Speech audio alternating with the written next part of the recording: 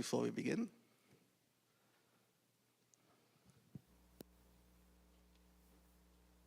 Good day, ladies and gentlemen. Welcome to the Trinidad and Tobago Chamber of Industry and Commerce. Please take note of our safety and housekeeping measures. There are no planned emergency drills here today. If you do hear the fire alarm, you are to proceed to the exits nearest to you. These are located on the eastern and western sides of the room. You are asked to evacuate the building in a quick and orderly fashion. Do not use the elevator. The stairs are located on the eastern and western sides of the building. Our muster or assembly point is located northeast of the chamber building, that is outside the fence surrounding Westmore's car park area. A roll call will be taken at that point. Note that a chamber staff will be present to assist you through the evacuation process. Bathrooms are on the eastern side of the floor, down the corridor to your left and right. Finally, as a matter of courtesy, we ask that your cellular phones be switched to either vibrate or silent mode. Thank you for your attention.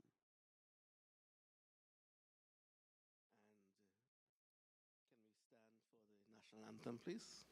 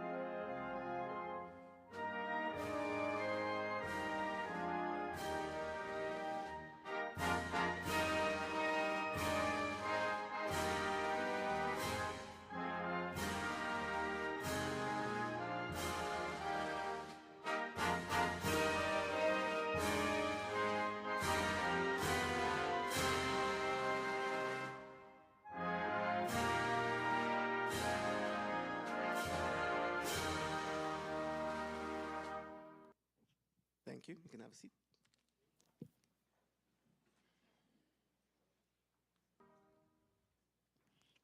All right. Good morning, everyone, and welcome to the third annual Trinidad and Tobago Internet Governance Forum, our 2019 edition. My name is Tracy Hackshaw. I am the chair of the Internet Society Trinidad and Tobago chapter and director in the Trinidad and Tobago multi-stakeholder advisory group. Welcome. Good morning. Good morning. All right, let's get straight to it. We started a bit late, so I'd like to move us very rapidly on to opening remarks. And to do that, I'd like to invite the current chair of the Trinidad and Tobago Multi-Stakeholder Advisory Group, the TTIGF, Mr. Devanand Tilak Singh, to deliver opening remarks. Dev?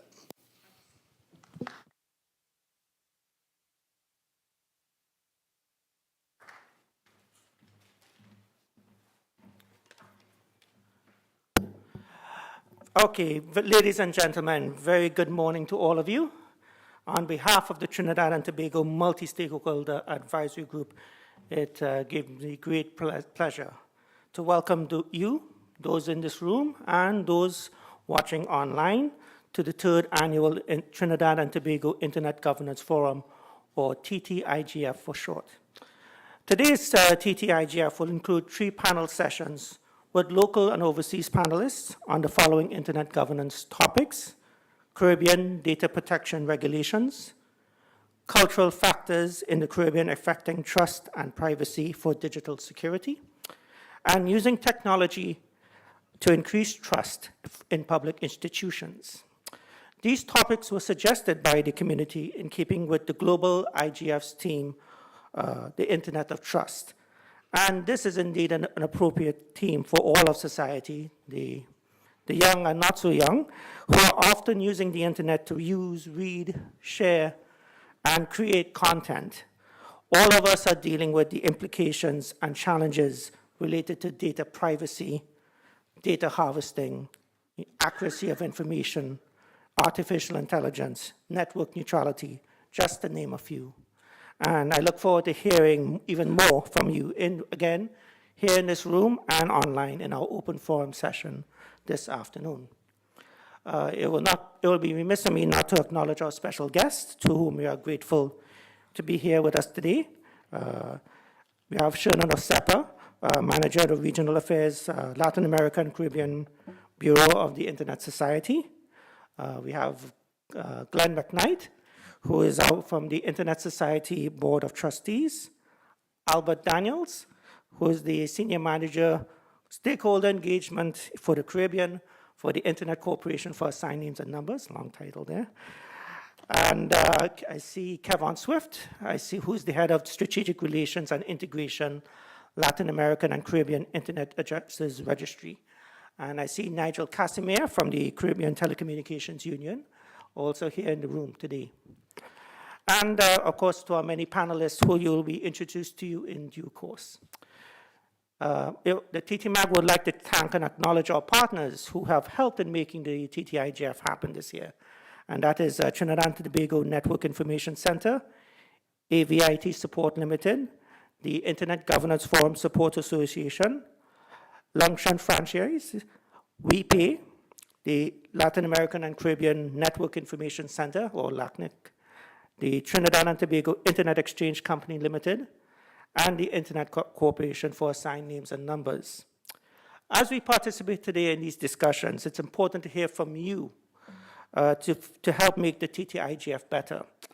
Outputs from our previous two Trinidad and Tobago TTIGFs were shared with the regional IGFs, both the Caribbean IGF and the Latin American and Caribbean IGFs, as well as the global IGF. In 2018, the TTMAG held an Internet Governance 101 event, education event, and in collaboration with the Telecom Authority of Trinidad and Tobago, we hosted a remote participation hub for the global IGF in November. But we want to do more, so we welcome organizations to join the TTMAG and help shape that TTIGF and enhance our local voices in Internet governance, locally and globally. So there's much for us to do. On behalf of the TTMAG, I thank you all again for your participation in today's IGF.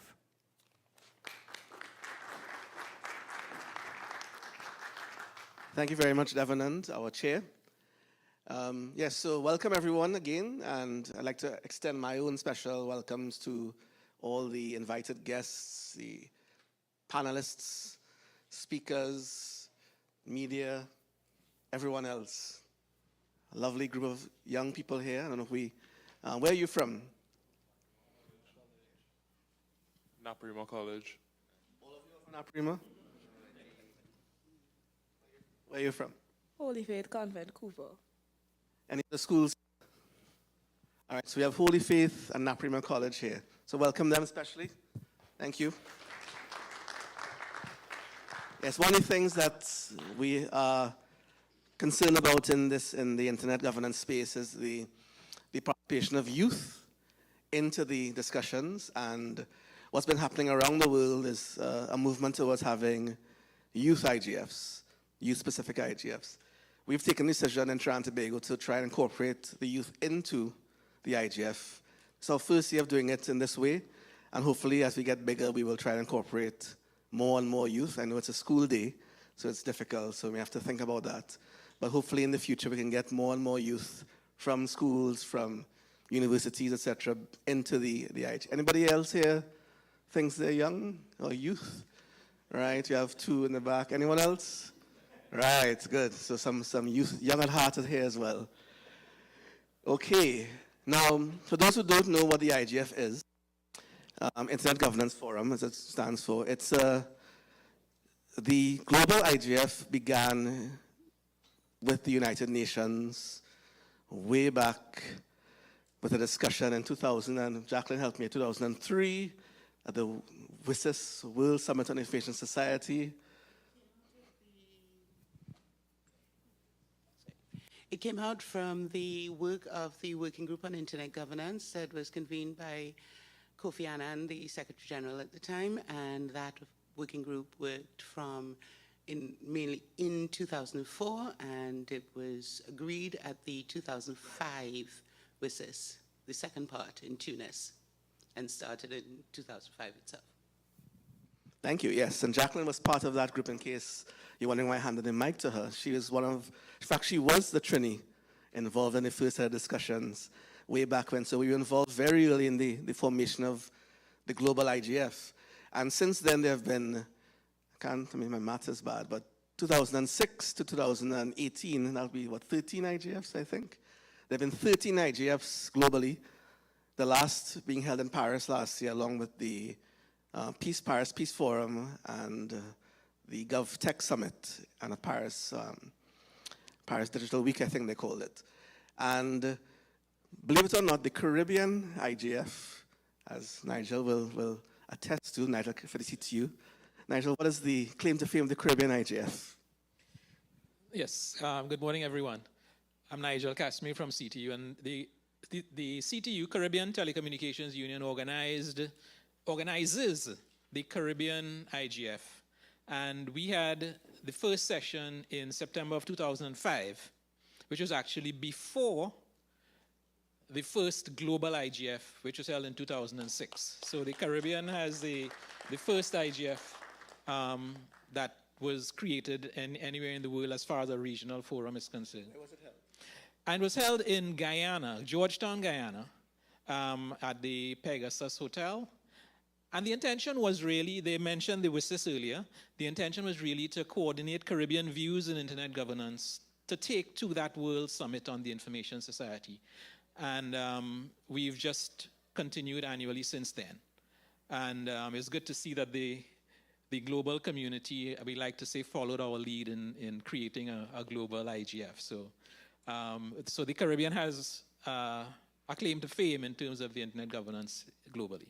Where will the Caribbean IGF be held this year, Nigel? This year, it is in Port of Spain, Trinidad and Tobago, and we will actually be celebrating our 15th Caribbean IGF, and it's been incorporated into the CTU's own 30th anniversary celebrations. And I am trying to remember it off the top of my head now in terms of which week it is. I think it's the week of April 29th. So the IGF would actually be like May 1st and 2nd or something of the sort. So you keep an eye out on that, and you can keep an eye on the CTU website, ctu.int, the Caribbean Telecommunications Union website, where you'll get more information as the weeks progress. Thank you. Thank you, Nigel, and we're going to send the bill afterwards. So that context is important for us to understand the Internet Governance Forum. At the Internet Governance Forum, we don't just discuss technical issues. So for those who think it's about technical issues only, no. It's about social, economic, developmental issues related to human rights, geography, politics, the whole thing.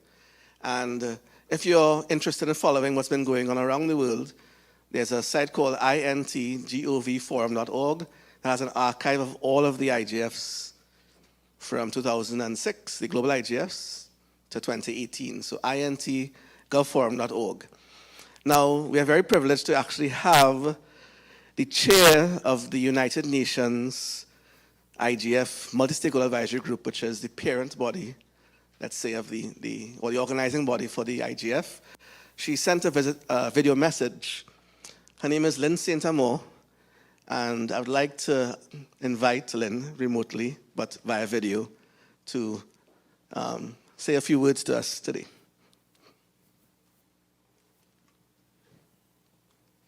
That's the cue. Delegates. My name is Lynn St. Amour, and I'm the chair of the United Nations Internet Governance Forum Multi-Stakeholder Advisory Group, or IGF-MAG, and I'm honored to have been invited to say a few words. First, I'd like to start by thanking you for kicking off the 2019 National, Regional, and Youth IGF meetings, as you're the first NRI to hold a meeting this year. And a very sincere thank you to the Multi-Stakeholder Advisory Group of the Trinidad and Tobago NRI, and to Dev Anand Tilak Singh, Chairman of the Trinidad and Tobago Multi-Stakeholder Advisory Group, for organizing the third National IGF. All your efforts are much appreciated, as we recognize that this can be a lot of work and is not always easy or straightforward. The theme you have chosen, the Internet of Trust, is very important. I'm here in Davos, Switzerland at the World Economic Forum, where trust is a very prevalent topic. It is essential to society's beneficial development, and trust is a very personal issue. That is why I think your agenda and approach is so interesting, and I very much look forward to hearing how the sessions go. Trinidad and Tobago, as a small island developing state, has a series of challenges that are quite unique when seen globally, while at the same time recognizing that your challenges have a lot in common and are shared by many, especially across the Caribbean and Pacific regions. One such area is access, and at the end of 2018, we passed a milestone with 50% of the world's population now connected. This is good news in one respect, and very bad news in another, as 50% are still not connected. That's nearly 3.5 billion people that still do not have access. Access is critically important to a nation's development and its citizens' well-being and prosperity. More needs to be done to speed up access, and we will need creative solutions as the remaining 50% have different challenges in getting access than the first 50%. I spent yesterday afternoon participating in a workshop organized by the ITU and the Broadband Commission, where the topics were all focused on how do we get access to every person on this planet as quickly as possible. And what does that mean for policy? And what does it mean for implications for raising a fourth industrial revolution-ready generation? There were some quite interesting suggestions coming up, and I'm sure we will all hear about them soon. And access continues to be a significant challenge in Trinidad and Tobago in a number of dimensions. Access itself is needed, of course at appropriate speeds and reasonable costs. Access to underserved communities, such as the rural, disadvantaged groups, persons with disabilities, women and girls, or the elderly. And just as critical as access is content. Useful, meaningful content is needed, and local content is especially important as it helps build community and further strengthens local initiatives. Clearly, we all need to do more to ensure access to the internet for all, as it is so essential, really a basic need. Over the years, Trinidad and Tobago IGF has addressed a number of very relevant topics, and that is certainly true this year. We are fortunate that the multi-stakeholder community there is proactive in bringing topics such as trust or free speech or privacy to the table, and I am certain that good recommendations will emerge from today's meeting. Importantly, I look forward to them making their way to key decision makers in the country. Topics such as the right to privacy and freedom of expression, or the importance of keeping the internet safe and building resilient infrastructure, all should be seen as imperatives. Many IGF community members come from island states, and unfortunately these island states are all too frequently victims of natural disasters, such as earthquakes, hurricanes, or tsunamis, all with devastating consequences. Digital communication capabilities and digital infrastructure has proven to accelerate the recovery process in regions that have similar geographic characteristics. This is another important reason to bring meaningful access, specifically to Trinidad and Tobago, but of course to all SIDS. Net neutrality was widely discussed during the IGF 2018, and I understand it is an important topic for you.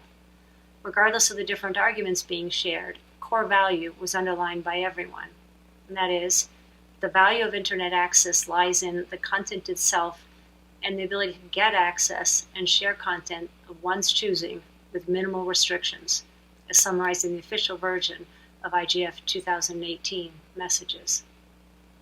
It's also important to note the role of ICTs in supporting the 2030 UN Agenda for Sustainable Development, as this is another area where continued focus is important and the challenges for all of us are many.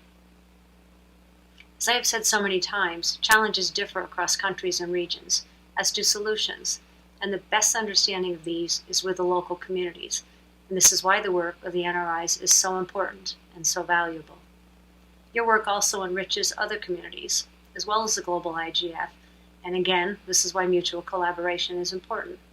We are very fortunate to have the expertise and wealth of knowledge that exists across the NRIs showcased by the NRIs as they hosted a main session at the IGF 2018 in Paris. The importance and contributions of the NRIs is being recognized more and more in governments and in the private sector certainly, and within the UN. NRIs are recognized as important components of the IGF ecosystem, as evidenced most recently by the direct references from both the UN Secretary General and the United Nations Assistant Secretary General during their remarks at the 2018 IGF. The IGF is a bottom-up process, or as I often call it, a community process. It depends on inputs and participation from the wider community. Your participation is important so that the IGF ecosystem supports relevant global, regional, and local programs, and that we're all able to learn and share from each other. The MAG is working hard to pull together a full set of activities across the IGF ecosystem, focused on the program, of course, for IGF 2019, which will be hosted by the government of Germany in Berlin from the 25th to the 29th of November. But also we're focused on best practice forums, on a major intersessional policy initiative, whether that's a fifth phase of the Connecting and Enabling the Next Billions, or a new initiative altogether. We also want to continue working more closely with the dynamic coalitions and the NRIs. We will hold our first face-to-face meeting next week in Geneva. And please note, the open consultation day is Monday, January 28th, and online participation is available for that day, as well as for the 2 days of the MAG meeting following, and we do hope you are able to participate. In closing, I'd like to express appreciation to the Trinidad and Tobago, NRI, and IGF for all your contributions to the 2018 IGF preparatory work, noting your many contributions to the BPS, as well as to the CNENB4, and to your work on this IGF 2019 in Trinidad and Tobago. And especially thank you to Mr. Tracy Hackshaw for dedicated support to bringing the Trinidad and Tobago Internet governance perspectives to the global Internet governance ecosystem, for his contribution to the global NRI network, and especially to the Dynamic Coalition on SIDS, which he co-organized. It is so important for the wider community to learn about specific challenges the SIDS have, and Tracy systematized a way of channeling SIDS inputs to the IGF, which will continue to be helpful in the years to come. Finally, let me recognize the participation of individuals from your region to the IGF and to the MAG, and at the same time make a plea for even more participation. Ms. Shelley Ann Clark-Hines is a MAG member from Trinidad and Tobago from the government stakeholder group, and June Paris from Barbados and from the private sector stakeholder group are the current MAG members. You've also had 6 other representatives from the region over the last 13 years, if my count is correct. And we look forward to continued and increasing participation. If there is anything we can do to support that, please don't hesitate to reach us. Thank you for giving me this opportunity, and I wish you the very best for your conference. Thank you. I'd like to thank Lynn for giving that video message. And as you can see, she is in Davos with a lot of snow and very cold. And she wants to be here, but of course, the timing is not great. She made an important point about the NRIs. The NRIs are the national and regional initiatives. It includes youth, includes other IGF-type initiatives, sub-regional as well. And so the Caribbean IGF would be considered a regional initiative, and Trinidad and Tobago will be considered a national initiative. There are also youth IGFs that are held around the world. And in some parts of the world, they're actually sub-regional IGFs. So in Africa, for example, large continent, you'll have Central Africa IGF, South African IGF, East Africa IGF, etc. So you have the country IGFs and the sub-regional IGFs. And what tends to happen with the IGFs is that we based our theme on 2018's IGF, Internet of Trust. That's the theme that's going through today's session. And the outputs of the work that the NRIs do are supposed to feed into the global IGF. That's the thinking. Although there's been some discussion of whether that actually makes sense or not, given the scope of the global IGF. So that's a discussion that's ongoing. And the point is, what you say here today is recorded. Not like recorded in the way you think, but it's recorded in a way of output. And we take the information up to the global IGF. So what are important to this region? What issues that we particularly have? And as she mentioned there, the small and developing states have begun to carve out a space within the global IGF, not just the Caribbean, but also the Pacific Islands which she mentioned, Dynamic Coalition on SIDS, as well as the other islands scattered through the oceans around the world, Indian Ocean in particular. So very important, what you say here today can be heard around the world.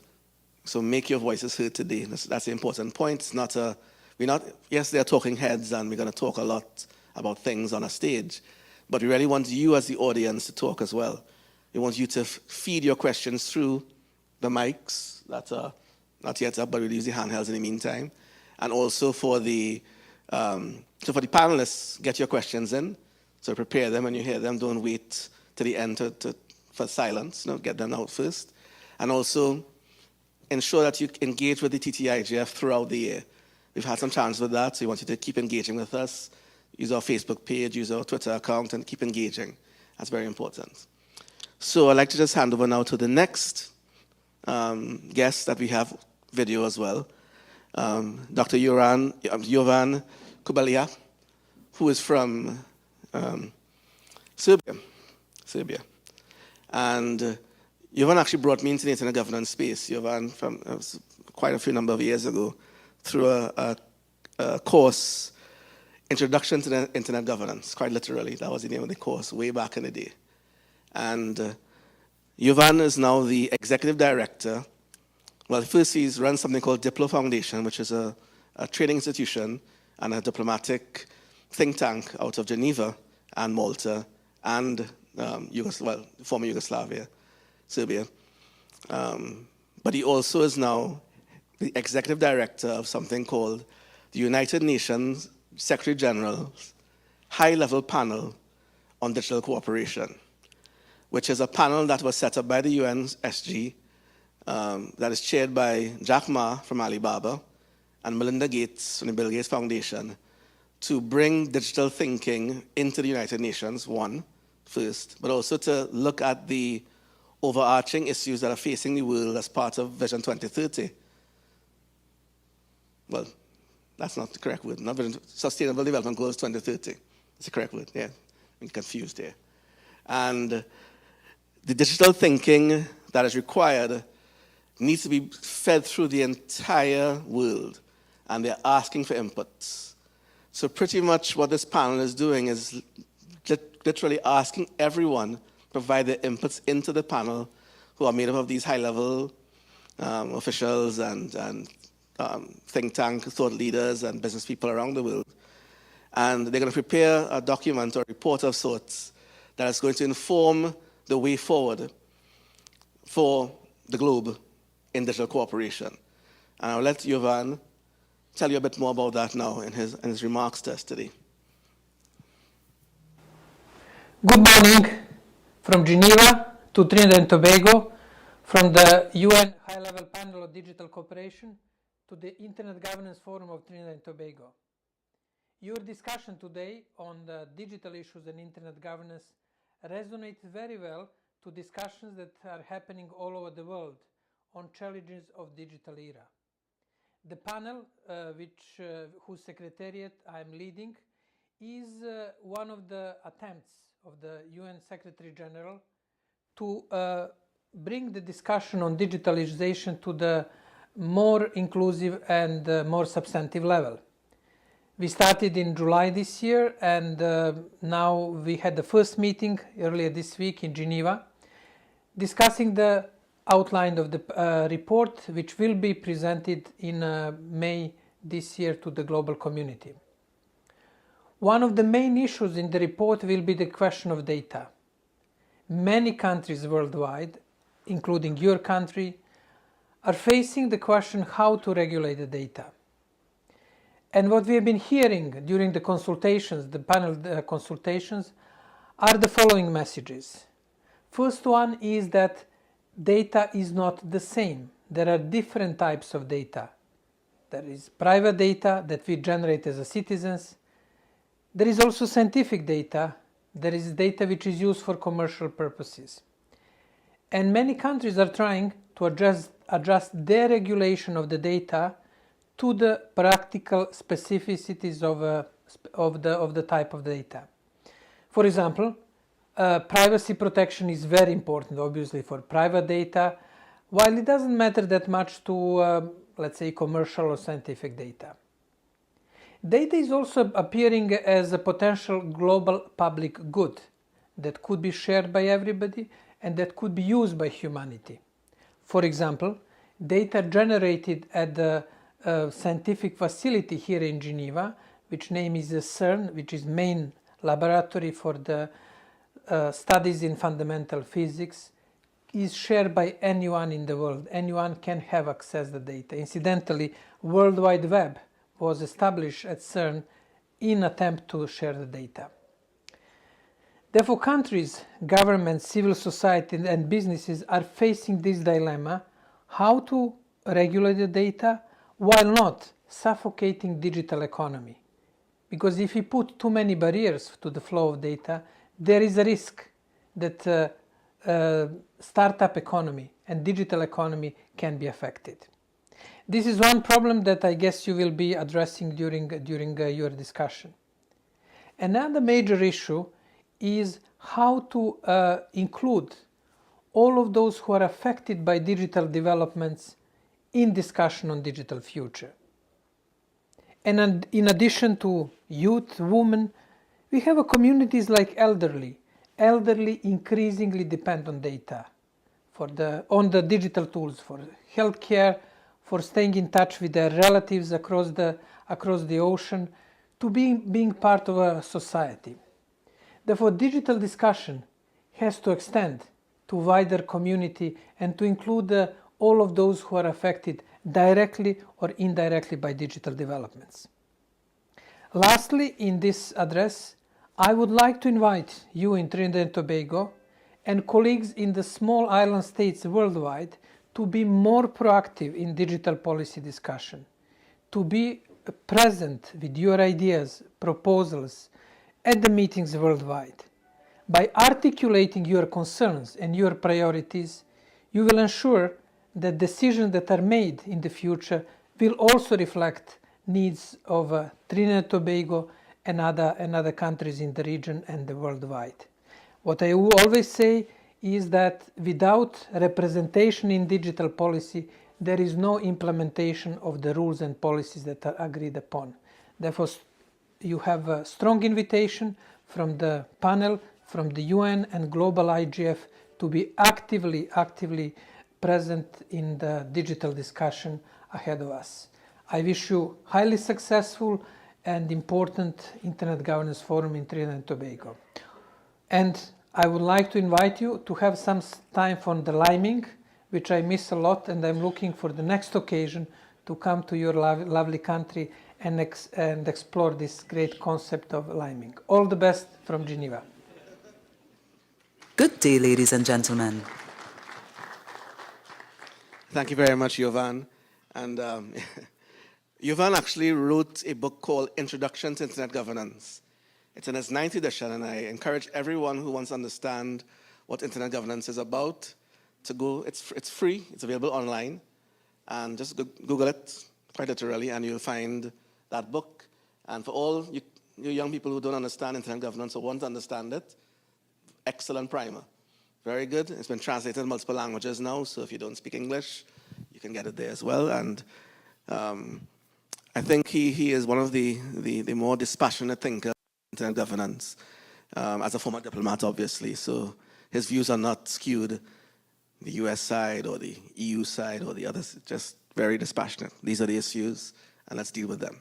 So it's a very interesting way of looking at Internet governance, which has become a very political issue recently. Okay, so now we get to the heart of the matter. But before that, I just want to find out if there are any, I want to involve our young guests in. Do you have any questions or thoughts or inputs at this point in time? Do you want to say anything? Because now's the time to talk. You have to, it's not just absorb, you have to say a few words, get your information, so get warmed up, right? Because you're not going to leave today without talking, right? I hope not. Right, so anyone wants to start it rolling? All right, just warm up. Let me get some food first, maybe I'll break after the break. All right, okay. So let's move, without further ado, into what we call the meat of the matter.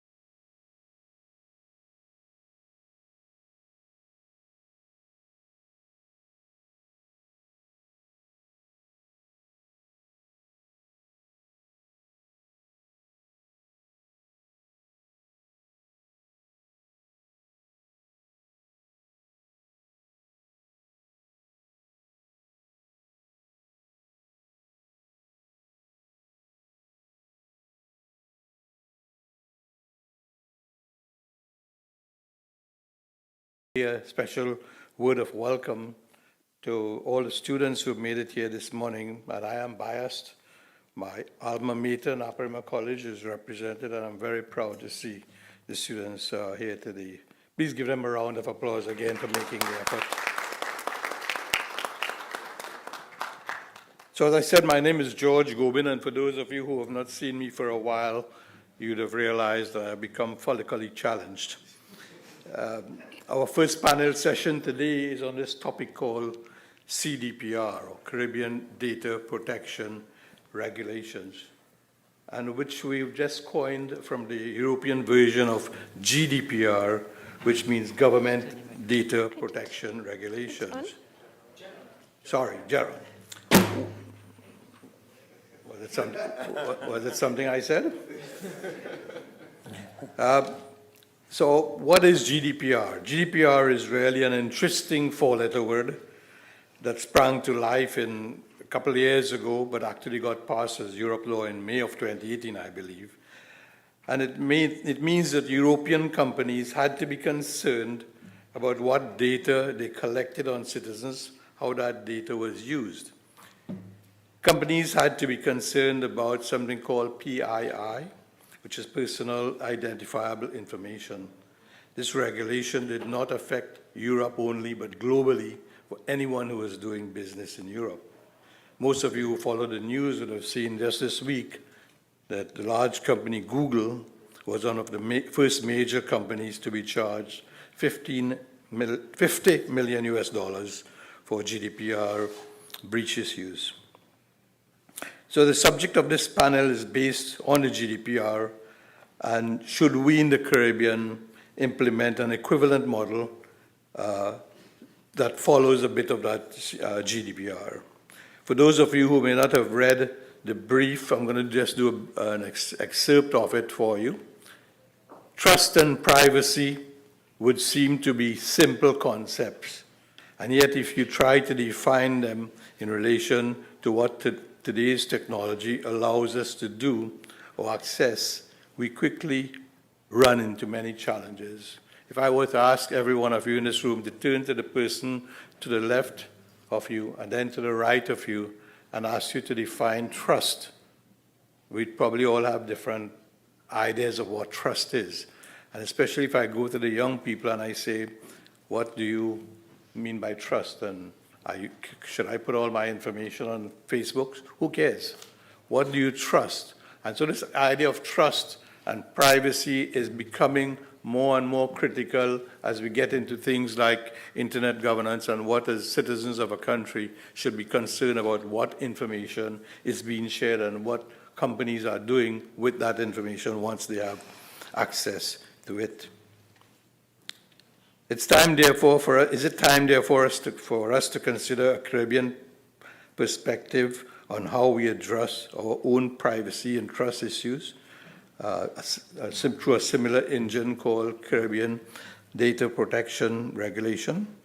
This panel today will discuss the status of what is already being reviewed regionally with respect to the CDPR, pros and cons of storing country and citizens' data in country, in the Caribbean, or internationally.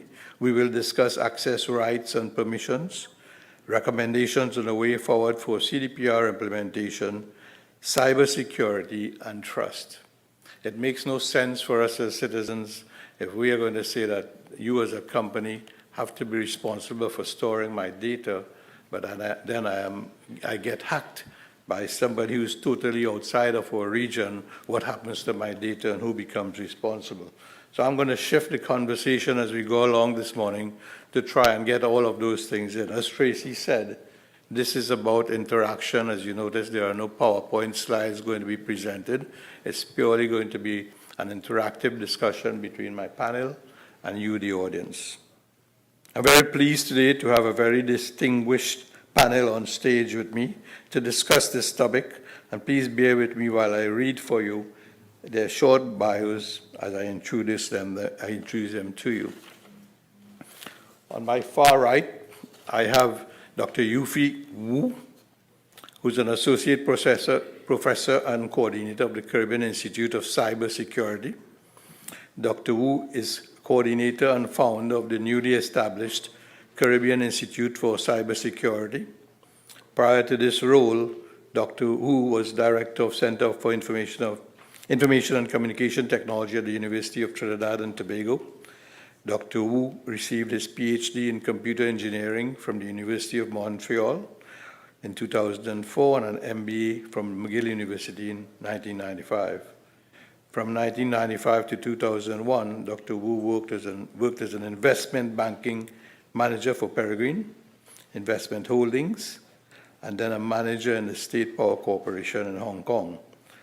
His teaching and research interests are in the areas of cyber hacking, digital forensics, information security management. Dr. Wu teaches courses in cryptography, data security, privacy, network security, hacking and penetration testing, AI, IoT, cybersecurity management, and governance. Dr. Wu is spearheading the establishment of the Caribbean Institute for Cybersecurity, which is the first of its kind in the Caribbean. Please welcome Dr. Wu to the panel.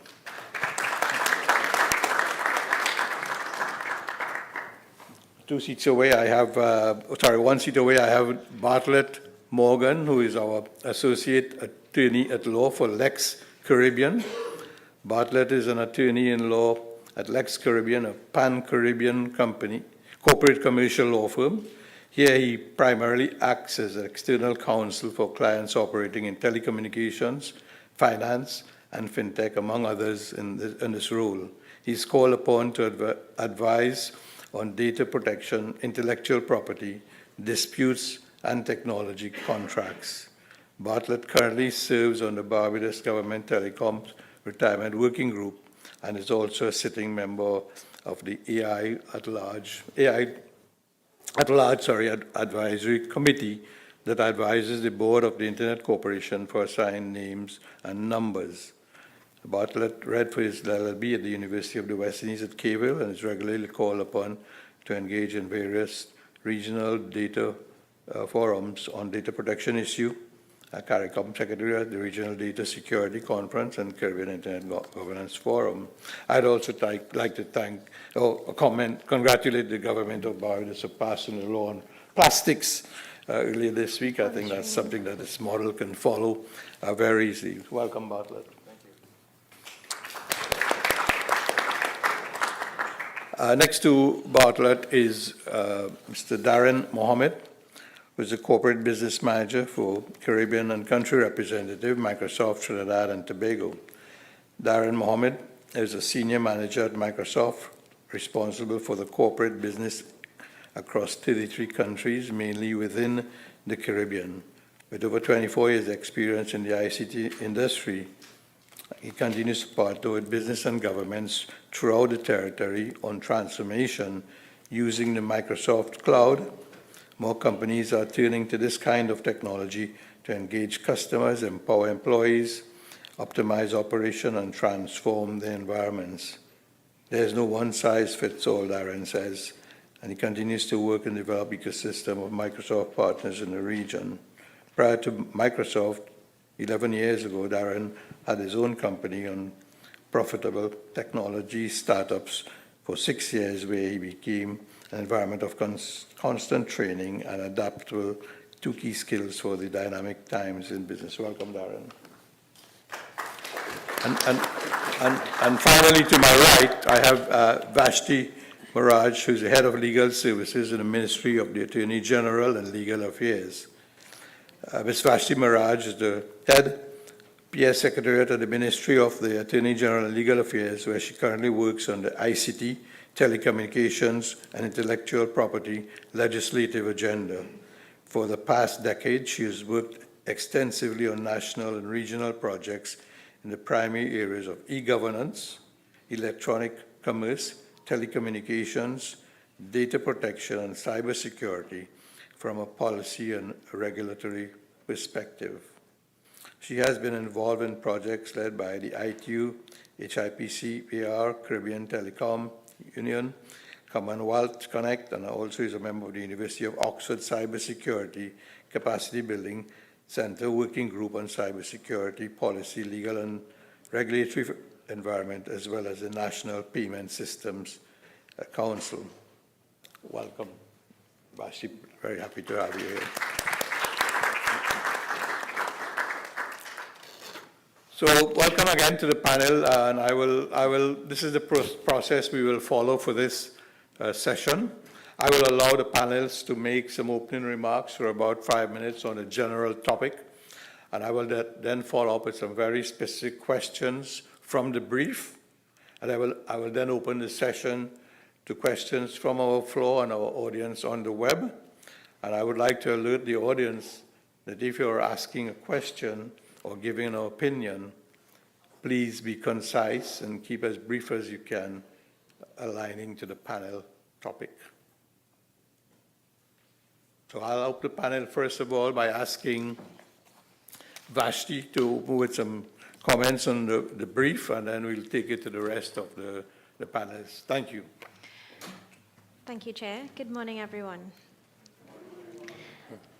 You would have noted that this topic is very, very wide. It refers to Caribbean data protection regime or regulations. There is at present no Caribbean data protection regime or regulation. It is something that is touted, and it's something that is much needed. Just like many other regional bodies, for example, the European Union and their GDPR, it represents a united front, and all governments therefore have a single and harmonized approach with regard to how data is treated within their jurisdiction.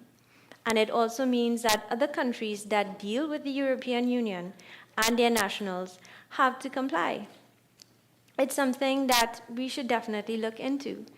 So the question is, what do we have as initiatives within our regional space that advocate for a single harmonized approach to data protection?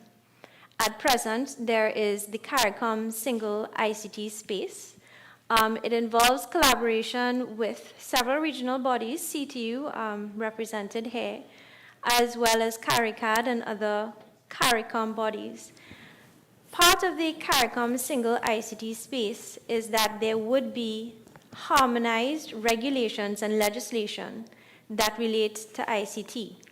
And it is supposed to ensure that members of the entire Caribbean are able to reasonably and responsibly deal with new areas within the region.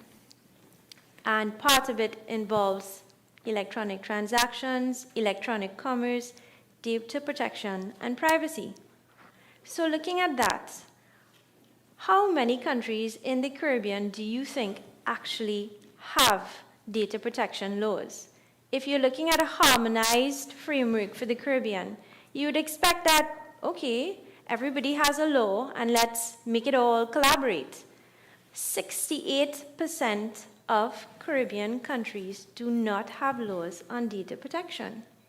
There are certain bodies, for instance, Barbados, Jamaica, Antigua, Barbuda, Bahamas, Trinidad, and Tobago, that do have data protection laws.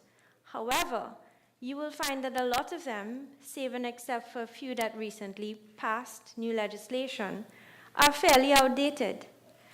And in reality, as a legislator, you would think, is there any law that could really be up to date?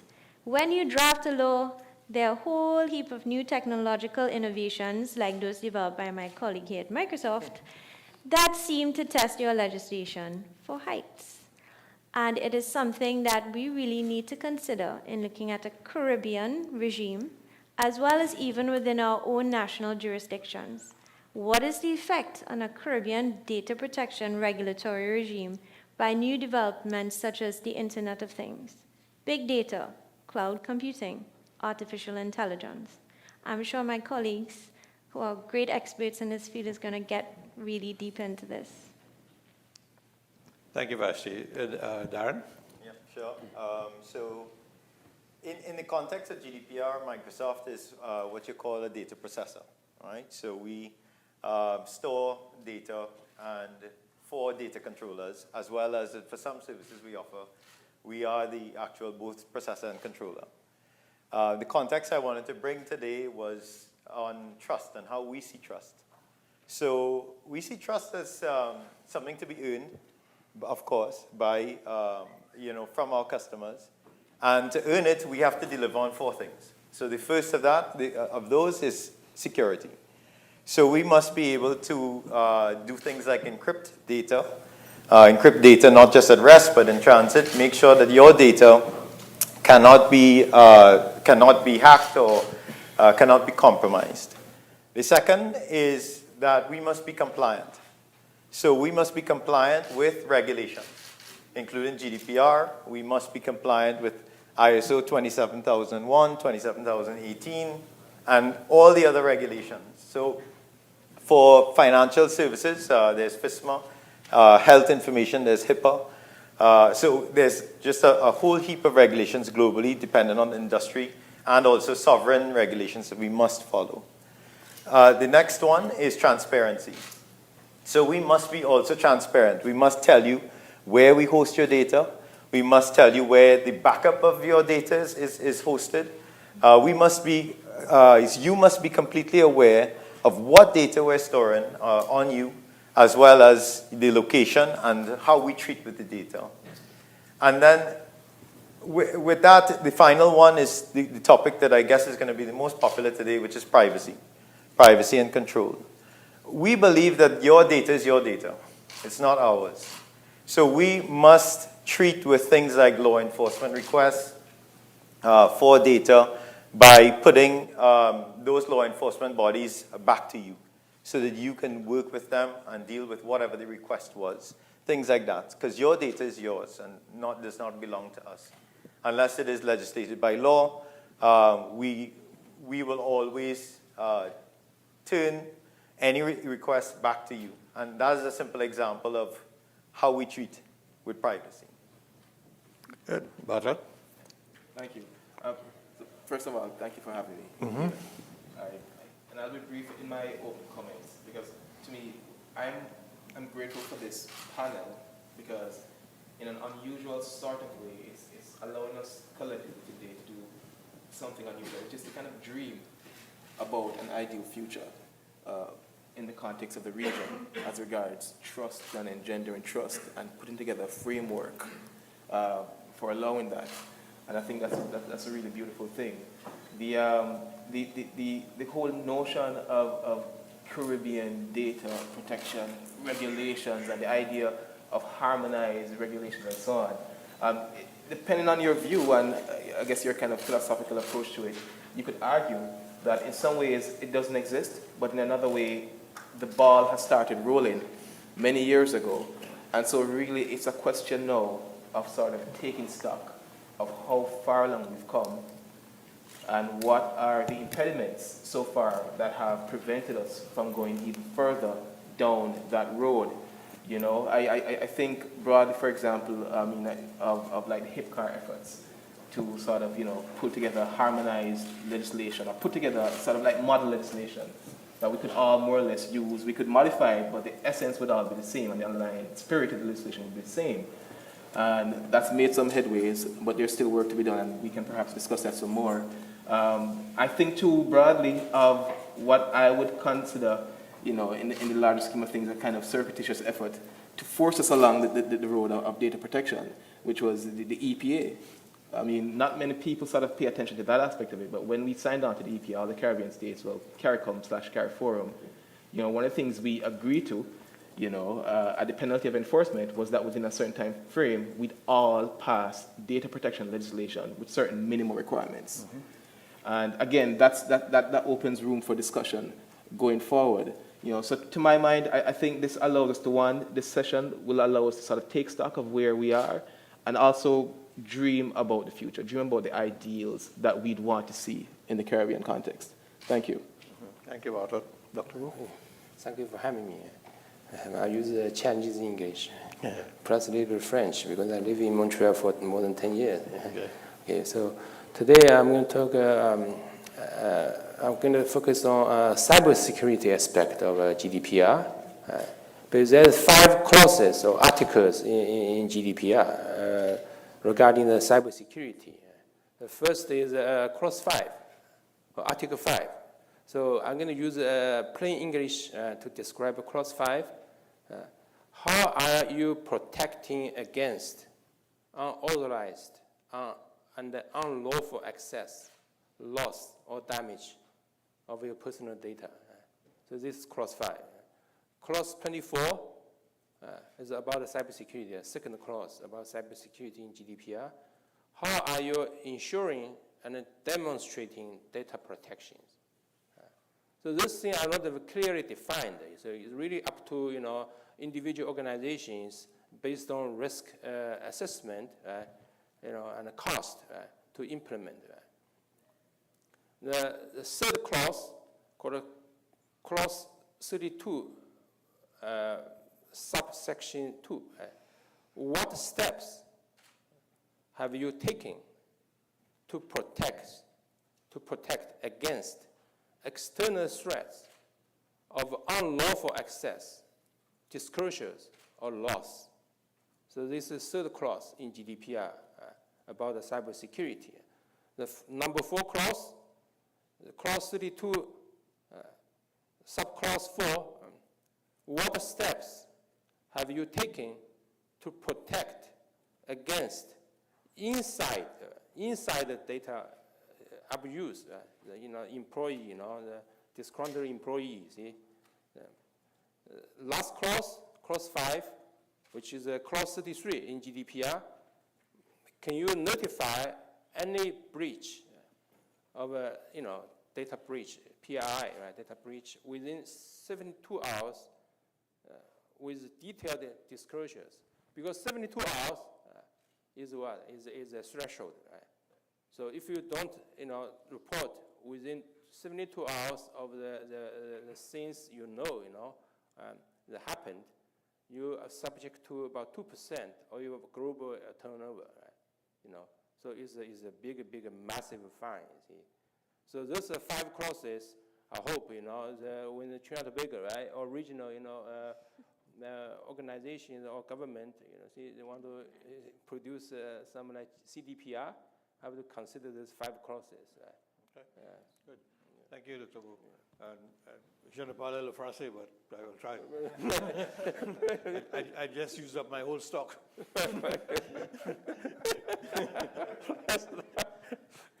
Good. So we have a fairly good perspective of what are your individual thoughts and where your areas of strength that you will bring to this panel.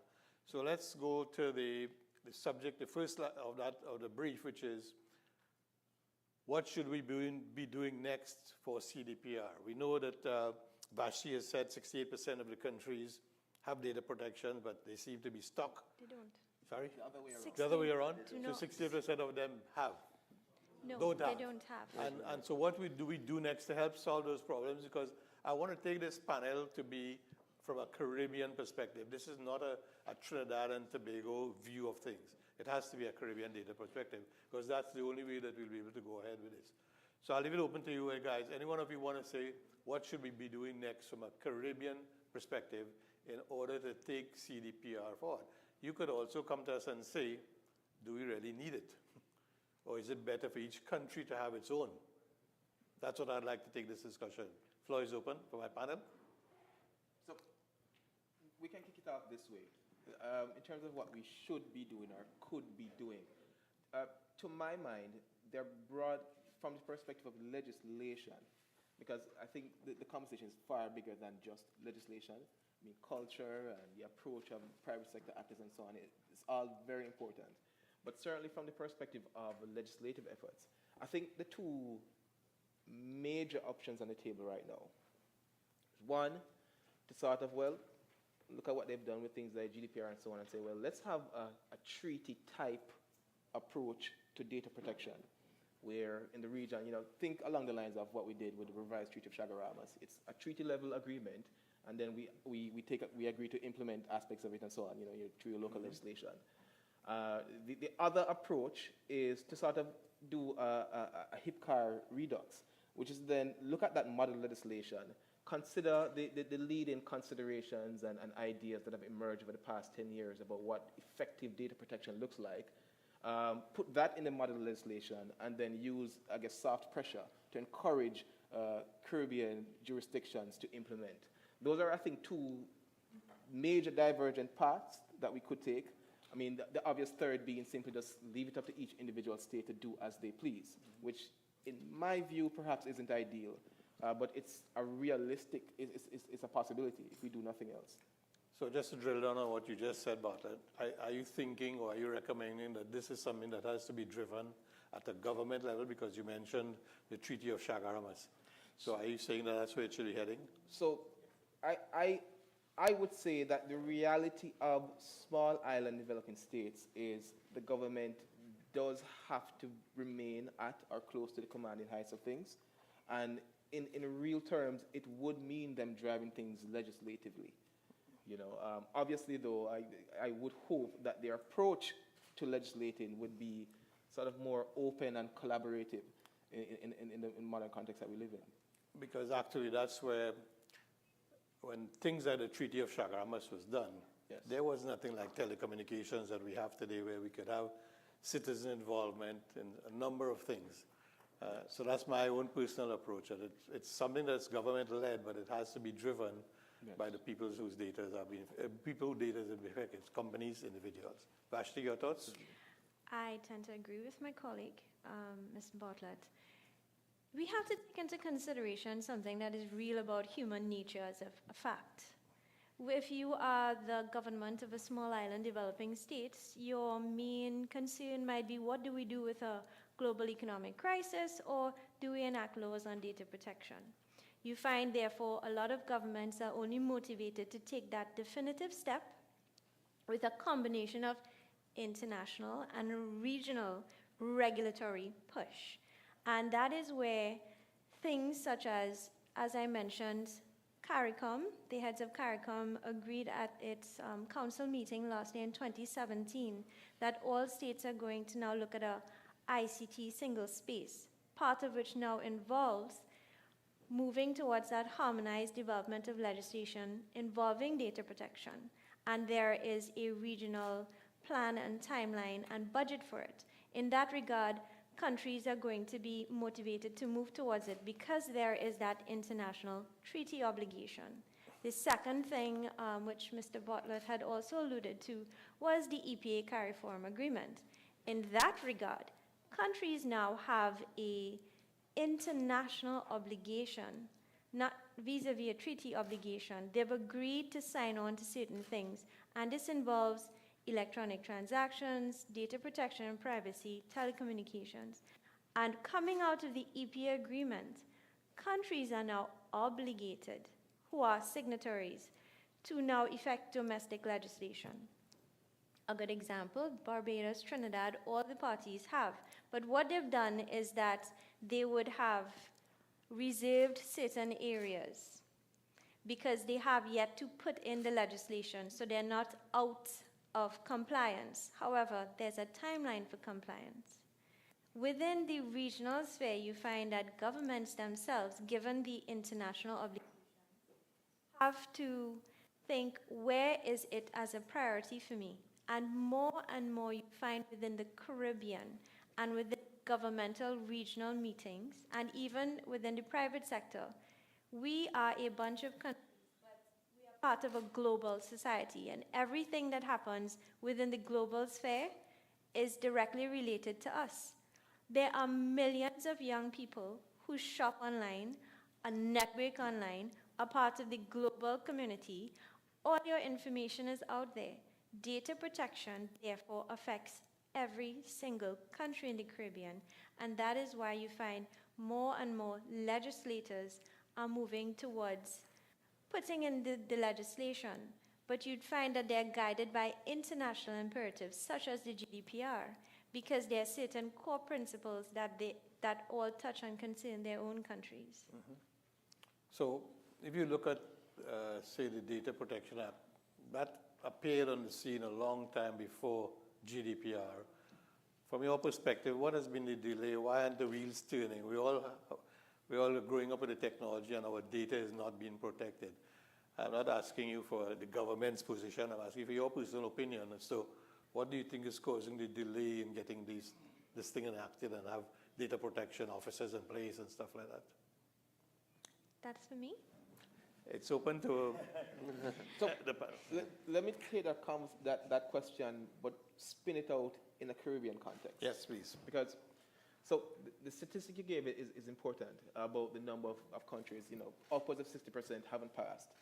But the more alarming thing is that those of us who have passed legislation, if you go Antigua, St. Kitts, St. Vincent, and so on, and in theory, well, Trinidad as well, in theory, what you'll find is that when you go on the ground and actually pick up the phone and call someone and say, well, who is the DPA? Who is the Data Protection Authority?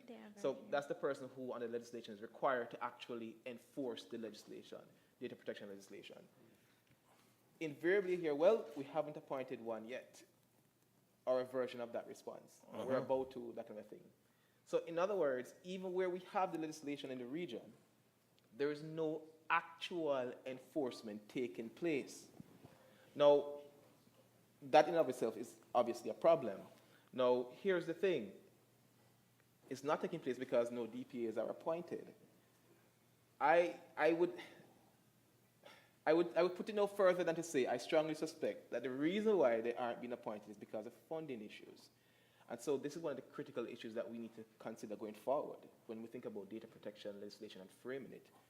Funding for DPAs, but funding it in a framework that maintains their independence. Because that's critical, because if you haven't thought that through, then yes, you'll be able to tick a box whenever an international organization comes around and says, well, what have you done for data protection and e-commerce and so on? And you say, yes, we have legislation, aha. But in terms of actually giving effect to it, we're no further. So even though there are countries that have passed, and Jamaica is about to shoot out theirs, and Barbados as well, and what have you, the reality is we aren't as far along as we appear to be on paper because of the lack of actual funding for DPAs. Okay. So, Dr. Wu, what's been your experience in dealing with either some of the Caribbean countries or international organizations, international countries from abroad? How have they implemented things like data protection, got it beyond the point of talk to actually funding it?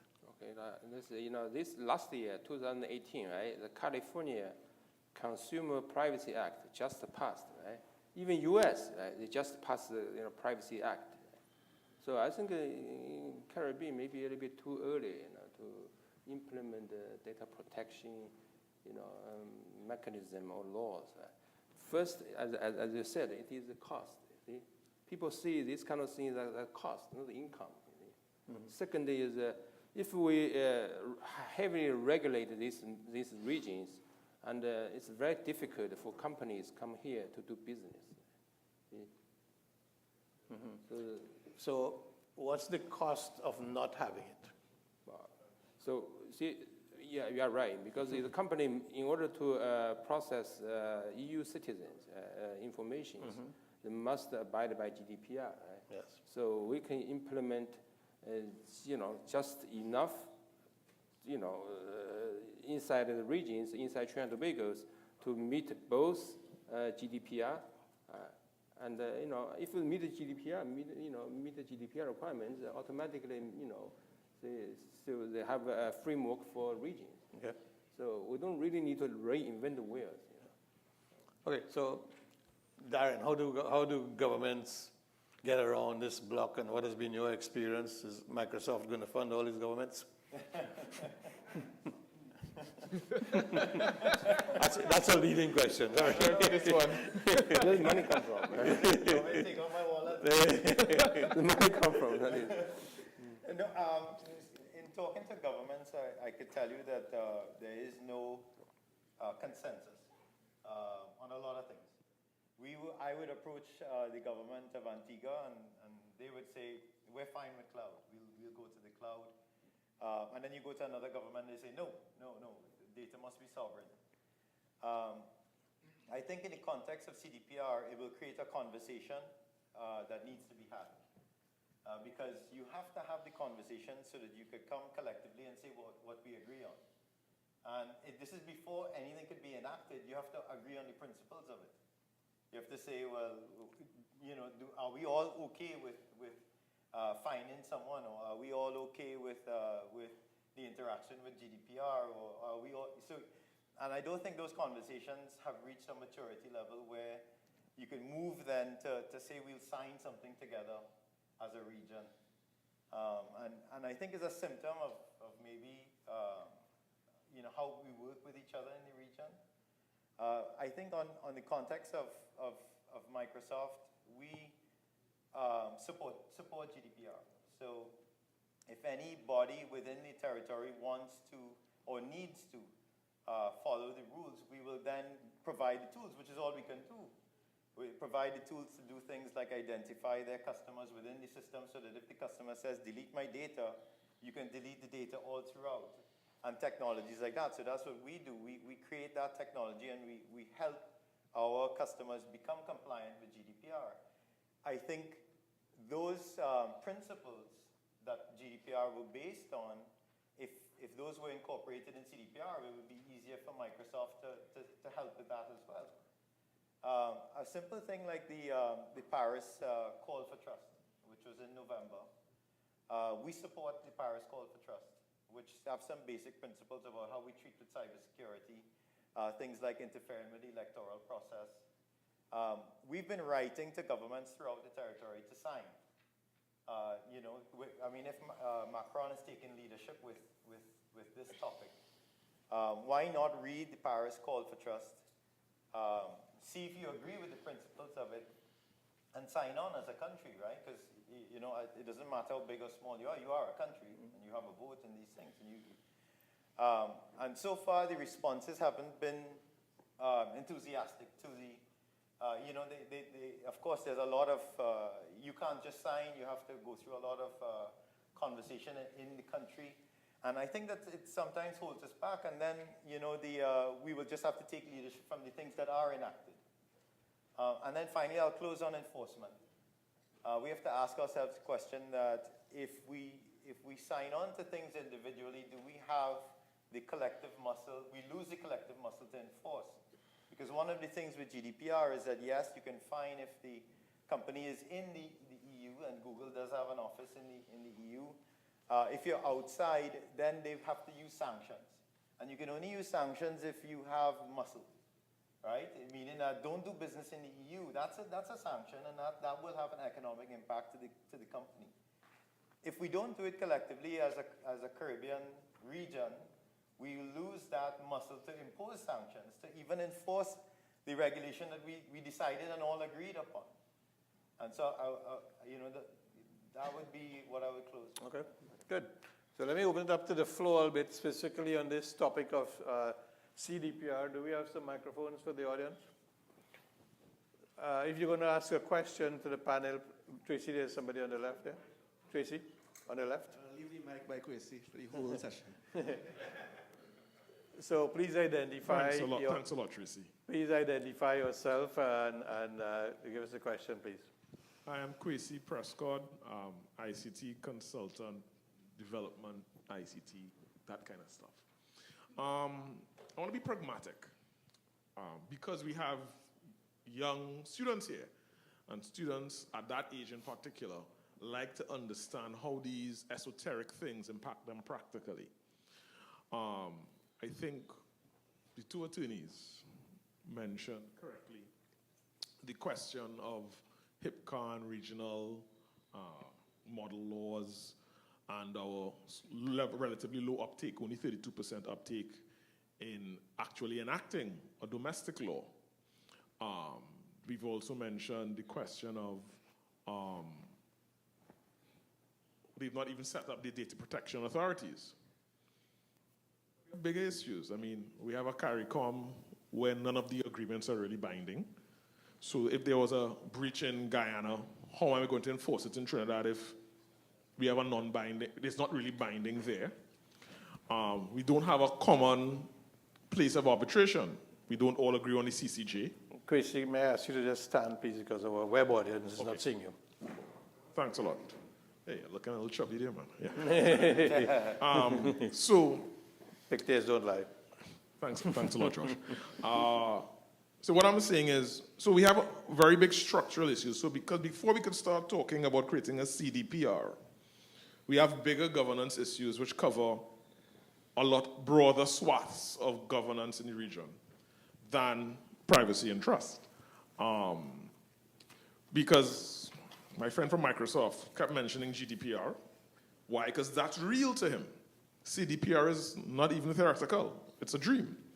When there's a breach of GDPR in Trinidad from a firm operating in Trinidad, no, he's doing operation, not Microsoft. Some other firm that is not as competent as Microsoft is doing some business in Trinidad that has some linkage to Europe, and they breach the GDPR and a fine has to be paid. The fine is paid in Europe. We don't see the benefit. So my fundamental point, and I think I would like to hear the panel on this, particularly Doctor, is we have bigger issues in relation to governance, governance structures, empowering those governance structures to do things that will make, without which CDPR is not a reality. And even if I create that framework and I create a CDPR, do we have the appropriate culture of corporate enforcement? In our jurisdictions, we have big firms bending and breaking rules daily, and we don't do anything about it. But if a little boy walking with a joint, we're quick to arrest him because we do low-level enforcement, so don't do drugs, kids. At least not until it's legalized. I'm trying to be pragmatic. Until it's decriminalized, hold it down. So Gracie, what's the specific question you want to address? The specific question is, what are the next steps, realistically, pragmatically, what are the next steps that you recommend to deal with the governance question and to deal with the corporate enforcement question? Okay, good. Because without that, CDPR is not even a dream. Okay. Panel, anyone wants to take? I think you see, what is the purpose, right? The final purpose of the CDPR. See, I think in Trinidad, there's too much regulations. Every time there's a problem, then people talk about regulations, but never actually implement the regulations. See, so I think the purpose, my view of the cybersecurity or GDPR, CDPR, whatever, is try to promote business in this region, right? Or set their own standards, or market barrier. If you international company want to do business in this region, you have to abide by those regulations, right? So you see, the most important thing for the international company is set the rules, set the standards. You see, so once you have a upper hand on the standards, then you control the market. You see, so this region, in order to protect its market, it must set the rules. So that is my point. Second is in order to implement this stuff, right? The purpose, the purpose of this implementing of this regulations is grow the market, right? See, not like limit the market. Yeah. And also like produce a new industry, right? So invite people come here to set up an industry base in Trinidad and Tobago or in this region. So we have to relax regulations a little bit, If we are highly regulated, yeah. Okay. So if you highly regulate this, Okay. Yeah. So just to finish off our response to Kwesi, does any other panel talk about the enforcement side of it? Mr. Prescott is absolutely correct. If you were to have a regional body of just business companies, a regional CARICOM business group, you would find that it's easy to get them all to cooperate and all enforce GDPR and Caribbean data protection policies and guidelines within their organizations. The reason why is because their bottom line is money, A. B, because a lot of them are multinational corporations, they have no choice but to comply. That is why you find that companies like Microsoft are going to be all on board with regard to GDPR compliance. It affects their baseline. That 2% of global profits is no small amount of money. So to answer, therefore, what can be done on a regional level with a realistic approach to CDPR, My colleague, Mr. Bartlett, had approached it, and he'd indicated it's a funding issue. Yes, in small island developing states, not everybody has enough money to set up an independent information or data protection authority, populate it, keep them highly trained. So what do? Even within every country, you will find that there are different policies. Each country has its own different policy-making body and has a different policy approach with regard to cloud, with regard to data protection. Even in the current regional legislation, there are different rules that each data protection law has. Some require mandatory disclosure, some don't. Some have restrictions on cross-border flows, some actually don't. I think the approach that is ideal would be to have a regional, or one of the major regional bodies, like CARICOM, or even CTU, agree or put forward core principles that each Caribbean country can agree to. And then, in the legislation and enactment of domestic legislation, at least there's that uniformity of form with regard to your general data protection principles that you infuse into legislation. Okay, good, thank you. So before we progress, we have a couple of questions, maybe remote from our remote participating audience. I did forget to mention that we have some rapporteurs in the room who are taking notes of this event and the panel discussion specifically, so anything you say will be held against you. Hi, morning everyone. I've been monitoring the YouTube stream and the chat and the comments. We have a few questions. I'm just going to read out all three and the panel can respond to them as they see appropriate. The first is from Hassan Voyo. He asked, does it make sense to have competing data protection regulations from differing regions? Would this become onerous, and should we be championing rules for all of the internet? Yeah. And well, I suppose we can start with that. We can go ahead. Next we have from Abdullah Mohammed. He was wondering the panel's take on, will more data privacy legislation further isolate the Caribbean on the world economic stage? For example, international businesses not wanting to do business with us for fear of getting wrapped up in data privacy litigation. And finally, we have a question from Brian Chambers, and he wants to ask the panel what benefits Caribbean countries would gain from implementing CDPR. And that's it. Thanks. Okay, so let's take the first one from Hassan Voyo, I think, and competing data protection acts, and how do you manage all of this different in these small islands, small geographies? So here's the thing. When you talk of competing legislation on data protection and so on, let's get real, like actually think of what it means in real terms. So, for example, that's already reality right now. Depending on the nature of your business, you may already be required to comply with the requirements of the GDPR. Depending on your business, you may also be required to comply with the legislation in Brazil, depending on who you're doing business with, who you're trading with. And so that's the reality for a number of businesses, larger businesses as well, already. But here is what we've observed so far.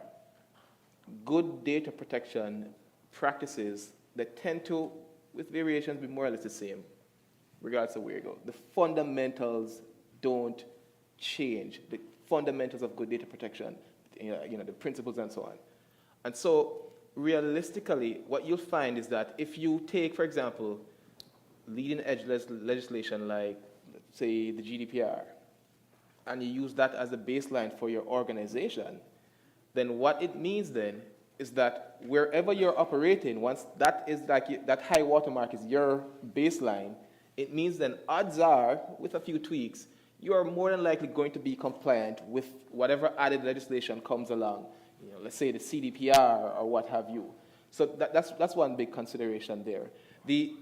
There is something I do. But Bartlett, for a moment, why hasn't that worked in the past? Why do governments especially feel that they must have their own? They don't do the copy and paste of successful things, especially.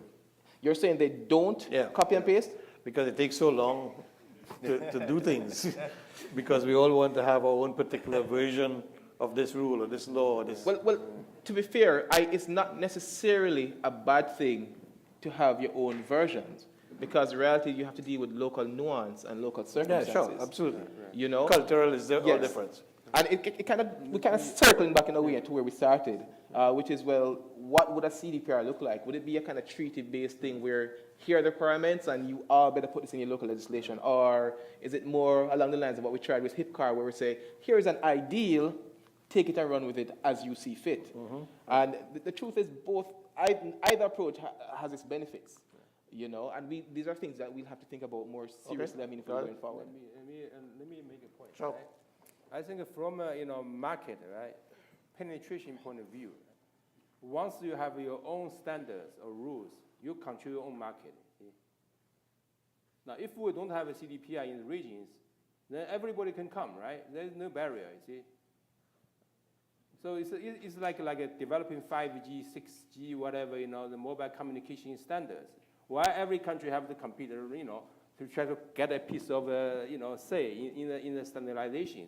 Because once you have a say in the standardizations, you control the market, see?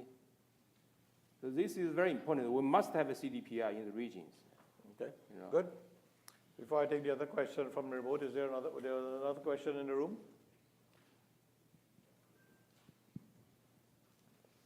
Hi, good morning to the panel. Rishi Muraj here. I think we have to understand this in context of GDPR. And the whole issue of why Europe has a GDPR is because of the history.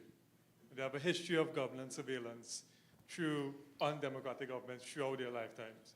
And because of that, people in Europe are more cognizant of their personal data and how government treats with their personal data.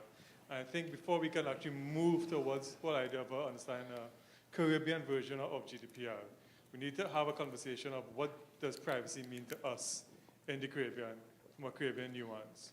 Because unless we have that understanding, and people understand from their point of view, what does it mean to me, what am I willing to share and to give out and to have exposed out there, and what protections are in it for me, as well as businesses understanding the bottom line, the dollar value, because there is a big dollar value, and what do I need to put in place? And unless we have those things, then we are probably not I would not advocate a cut and paste approach to GDPR, because the nuances, the cultural, the history behind it is totally different than what exists in Brazil. India recently passed down on the Supreme Court, I think last year or year before, ruled that privacy is a human right. We also have to be cognizant of the Cloud Act that was passed in the US, I believe, last year, and the implications of the Cloud Act for the US government to subvert whatever privacy regulations you have in place that relates to them and getting information from people from a US base. So I think we need to have, it's not as simple and cut and paste as privacy alone, but there are different things that we need to have on the plate to discuss what does privacy and what does data protection mean for us from a Caribbean perspective. Okay. Thank you, Rishi. George, sure. Yeah, just a comment. I think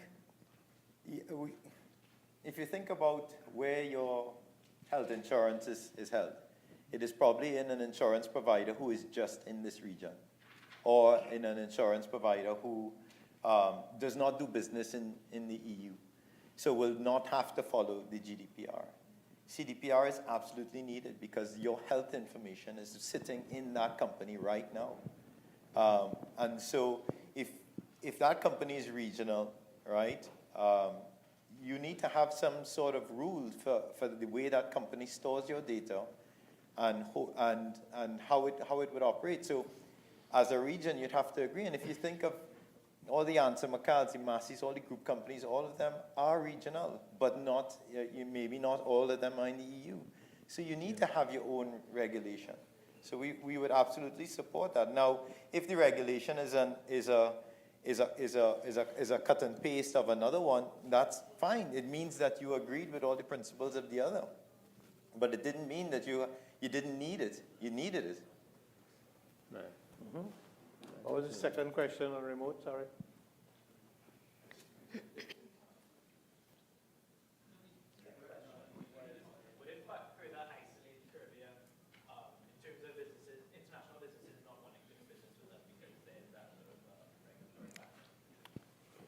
I believe it would do the opposite. Yeah. What happens is that we've started off this entire discussion about atmosphere and a sphere where there's confidence and trust in doing business and conducting your transactions. It has been posited that one of the greatest assets of GDPR is that you have confidence that when you deal with a company in Europe, there's uniformity of legislation, uniformity of approach. And it inspires confidence and trust, and investor confidence and trust in now doing business with Europe. In like manner, also within the Caribbean, with a speckle of some legislation, which may be a bit incongruent, and then an absolute void with regard to any form of regulation in other countries, it makes international companies and investors a bit apprehensive. What if they set up a headquarters in one of these countries that have no protection or no legislation in relation to data protection? How do they deal with data breaches? How do they guarantee to their customer base that they can reliably trust this company with the information that is given to them and it won't be sold or hacked into? The other thing that is going to be very interesting and important with regard to a Caribbean data protection regime is that within the Caribbean itself, and as well as internationally, one of the fundamental principles that they have within their regulatory regime is that they are allowed to share information or trade information or allow cross-border transfer of information with countries that have comparable standards. Now, if you do not therefore have a comparable standard within the Caribbean, or if your own country does not meet the benchmarks that are available in those other countries, it affects your trading opportunities, and it also affects whether that country can capably deal with you. Okay. So I have one point to make. So I like CDPR, but not overly, regulated. You see, you scale company away, right? So it's very hard for them to build a base here. Now, you see, how the East Asian people country do things like Japan, China, Korea, right? They don't regulate before things become mature. Right? So let you guys, do whatever you want, right? But this region is different, right? Before things happen, right? Then you regulate, you see? So that's why you never see things actually happen or never become mature, you see? So there's pros and cons to that. Right? You just do whatever you want, right? So, no regulations. So I guess most of us will be, against the policies of free for all. Yeah. But sometimes, in order to get some things going and not have things stuck in the cycle of things, we need to do some things that are different. Yeah. There's a question in the audience, and then I'm going to take the remote. Sorry, a question from Naparima College. Good morning to the panel and to all in attendance. I guess I would like to direct my question to Mr. Mohammed. So I think being a young person, I'd like to consider myself a tech enthusiast. Your definition of trust, the last 2 points that you mentioned, being transparency, privacy, and control. I know we've acknowledged already that the definition of trust is dependent on one's own opinion, but I think we can all agree that to trust, we can assert some level of obligation.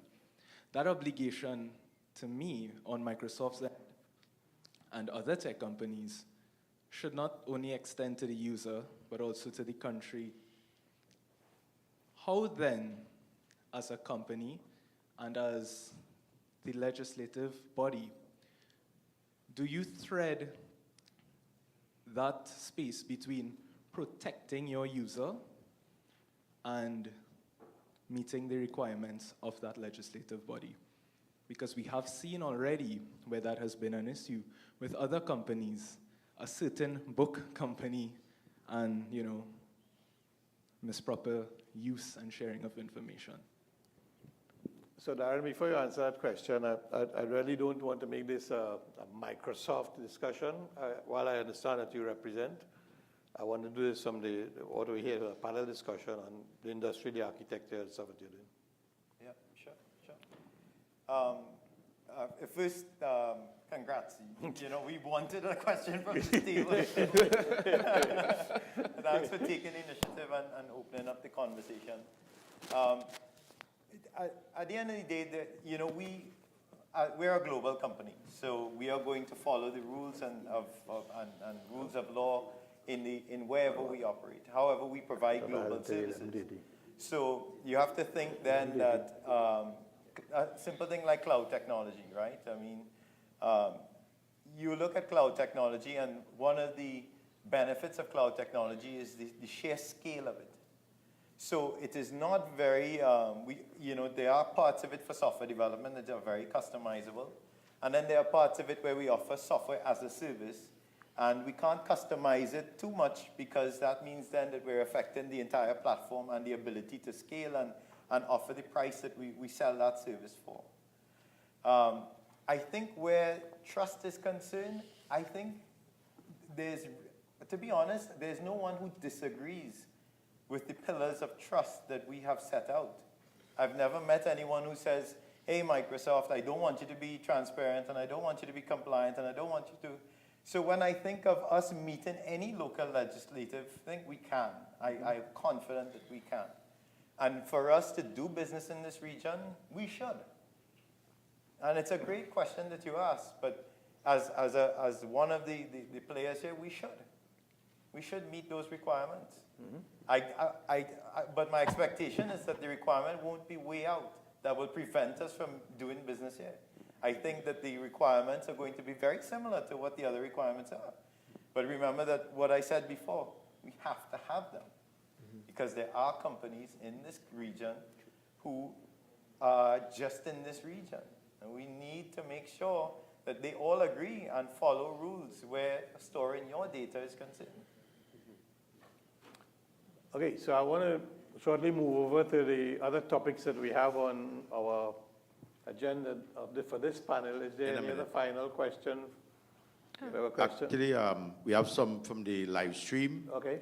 Right. We have two questions. Actually, it's let's do one at a time, please. Yeah, sure. I'll ask the first question. This is actually from somebody who is here, but I know he's busy with the social media feed. And good morning, everyone. Good evening, panel. It's from Glenn McKnight. What is the cost to the local economy for not complying? We know that data breaches cost the local economies to the GDP. Is ignoring the issue a real, reliable option? Anyone? Anyone? It's a good question. If you think of a bank that operates in this region, if they are ignoring any sort of rule that's set out, that's a dangerous thing.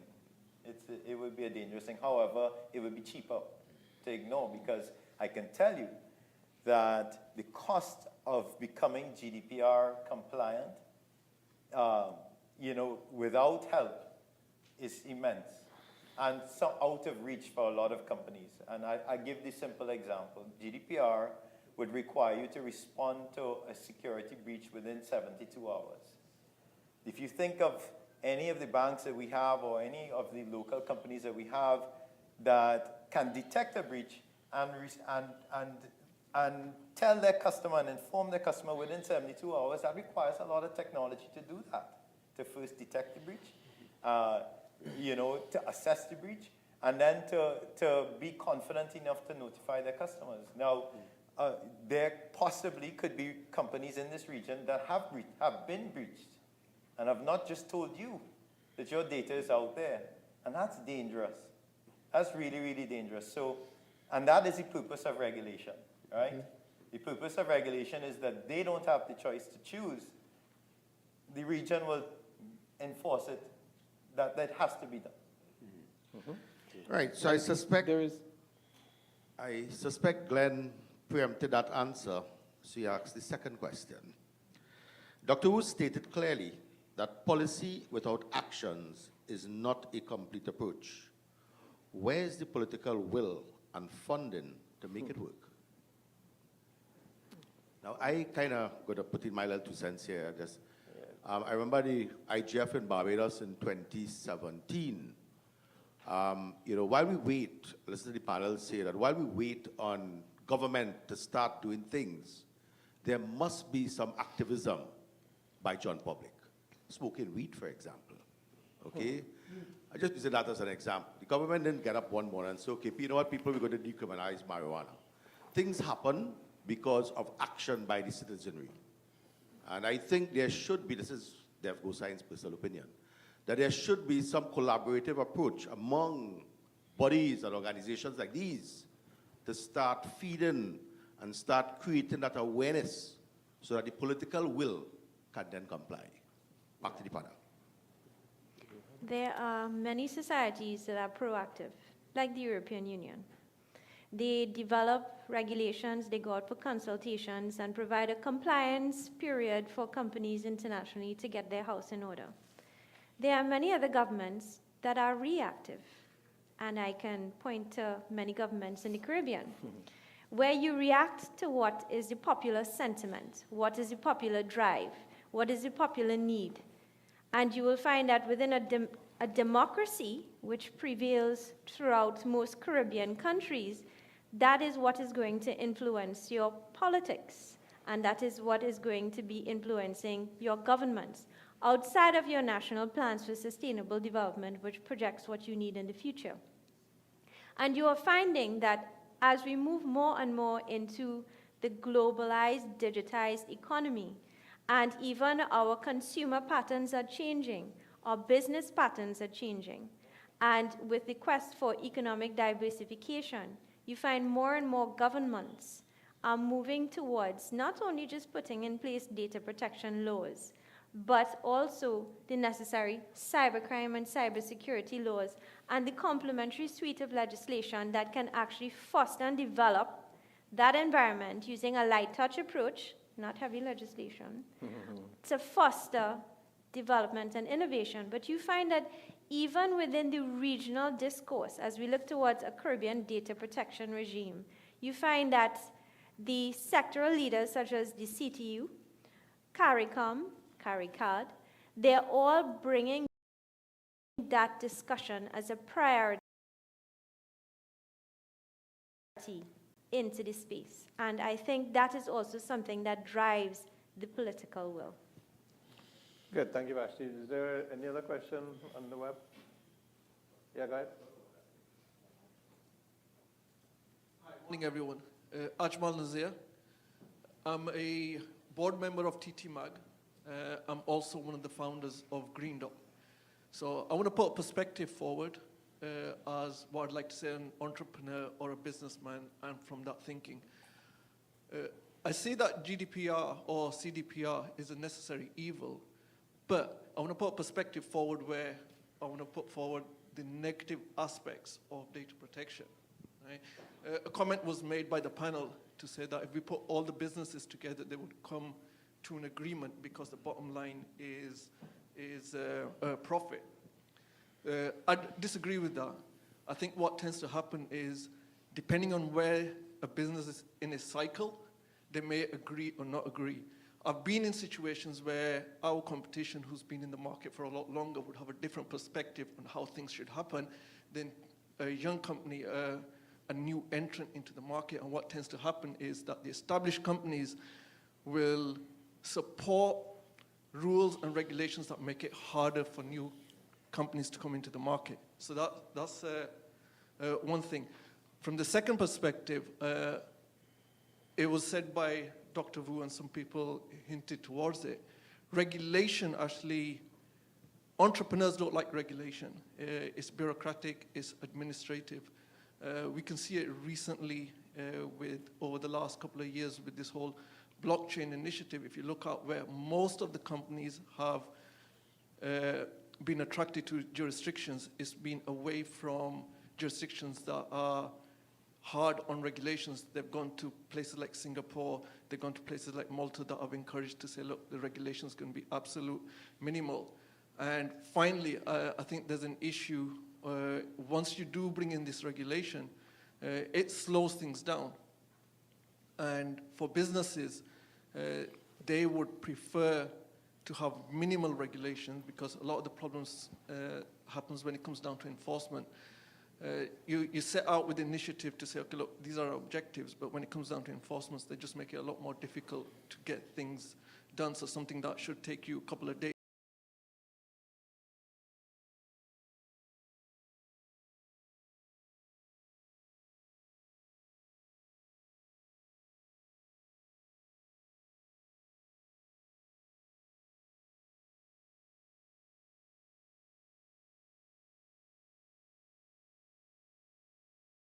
Approach, or there is a copy and paste approach that we can go with. We haven't kind of come to terms as to which one we go with to say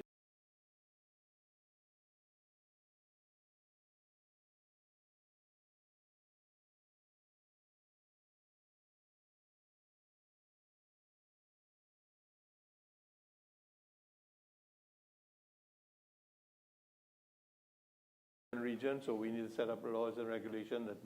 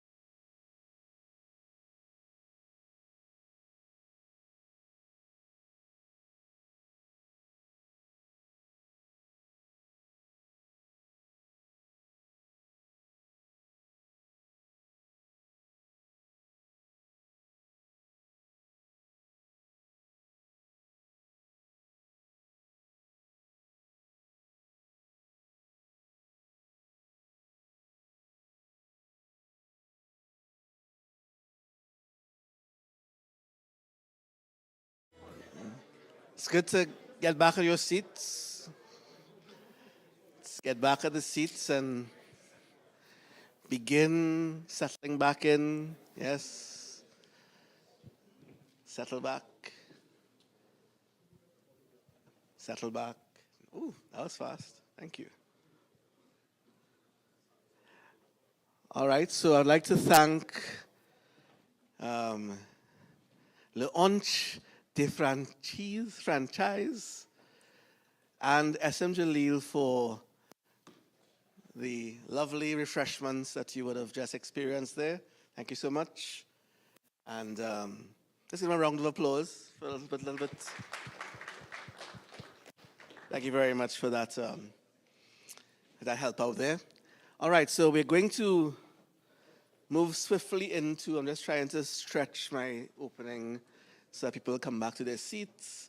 We're going to move into our second panel. Oh, my glasses. Stretch, stretch, stretch. Right. The session is titled Cultural Factors in the Caribbean Affecting Trust and Privacy for Digital Security. And I would like to invite, one is already here, Jacqueline Morris, former director of the TTIGF, as moderator for today's session to join.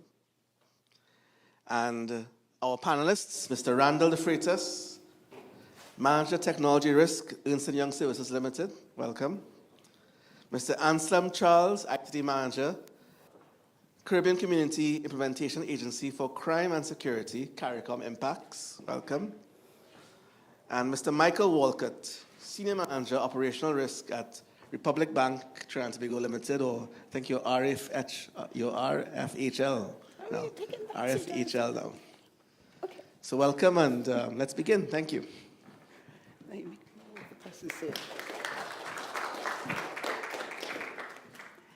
Hi, good morning. The panel, as Tracy said, is Cultural Factors in the Caribbean Affecting Trust and Privacy for Digital Security. Now, it's commonly said in information security that users are the weakest link. Our questions for this panel: if this is assumed to be true, are there particular factors that predispose users to this behavior? And in particular, are Caribbean users more or less likely to be a security risk? Is there something in our DNA that makes us less secure? So we will discuss experiences and cases, because all these gentlemen have had a lot of experience dealing with Caribbean users, to provide evidence for and against. There's some people who think it's true and some people who think it's not. In general, there's an increasing concern about the protection for online privacy and personal data.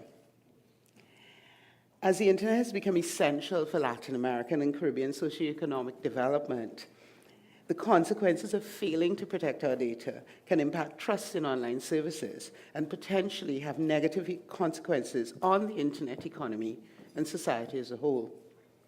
Now, human factors as an integral part of information security hasn't been much researched until recently. However, a security survey from Cisco Systems revealed that users who work remotely, although they claim to have awareness of security risks, would still engage in actions which endanger system security. When a user has poor training, even an ideal and flawless, which never occurs, but even if it were to be, software or hardware solution will still not be of any use. No matter what we do, if you give up your access information via whatever means, then it doesn't really matter what security has been put on. We can encrypt, but if I give you my encryption key, what was the point? According to Deloitte, human error is overwhelmingly stated as the greatest security weakness, 86%, followed by technology at 63%. A serious vulnerability is social engineering, which is a highly effective attack bypassing every technological protection.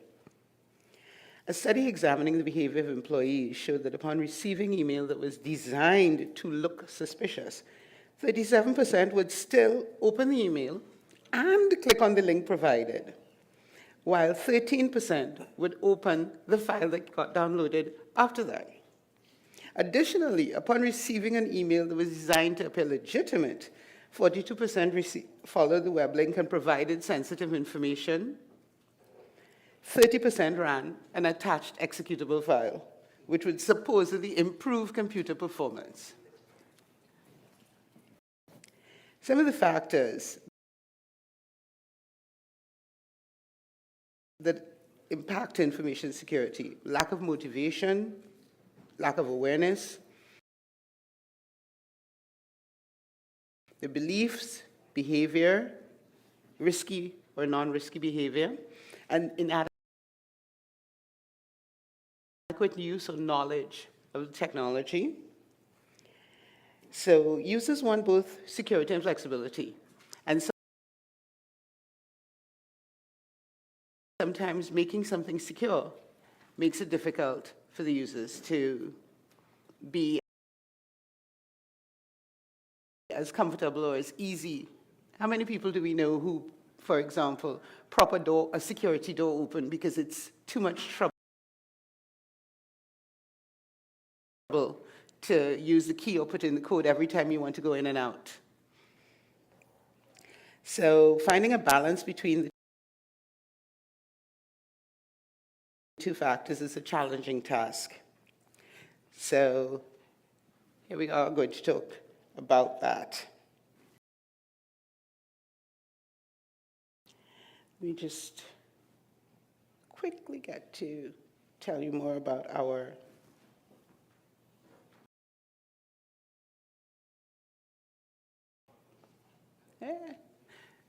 it's Microsoft. Give me a sec.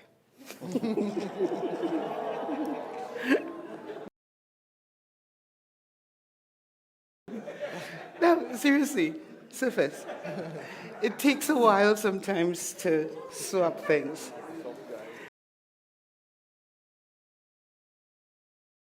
So, we have to my right, Michael Walcott, Senior Manager, Operational Risk at Republic Bank.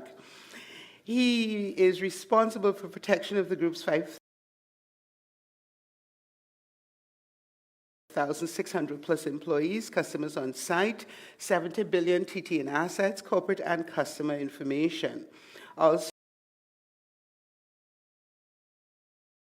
for business continuity in the event of unplanned disruptions to the group's services, assistance with achievement of the group's operational and strategic objectives,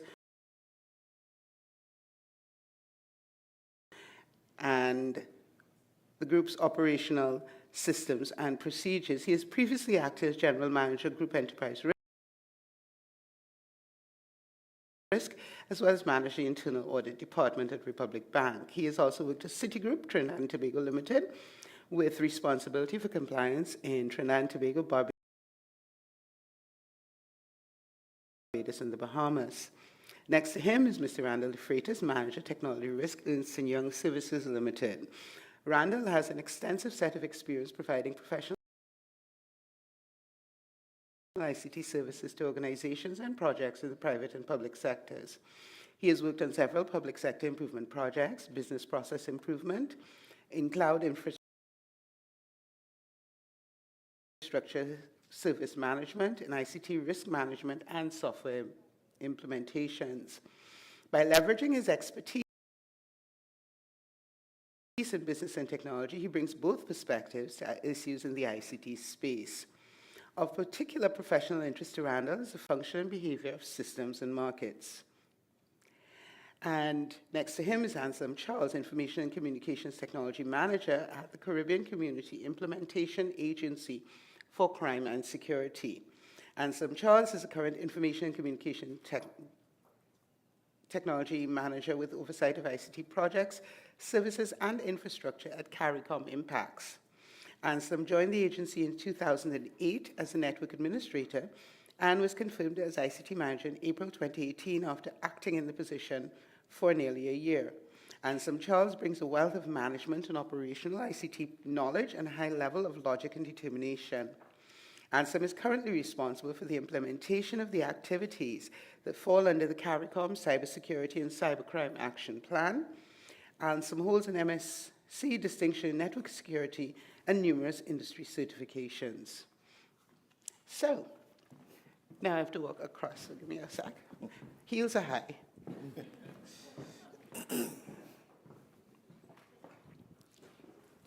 And the chair is low. Right.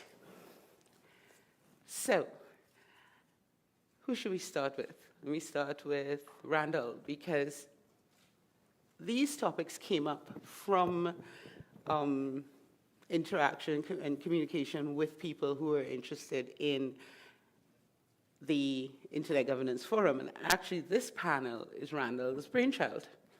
So I'll let Randall start. Okay, so thanks, Jacqueline, and thanks to TTIGF for having me here again this year. Yeah, so the committee, IGF, they sent out a request for ideas, and you know, I sit down in a lot of companies at EY, and we look at their controls, the IT controls, and you know, we use a North American, a Western, if you want to put it, methodology for auditing systems. But the practices might be very different, or we find a lot of exceptions, what we call exceptions, controls that are deficient. So you know, I think about whether what we take and what we use to apply to the practices in the Caribbean, whether they tend or they contribute to the number of exceptions or the number of anomalies and deficiencies in controls when it comes to IT security. So that was the reasoning behind the question.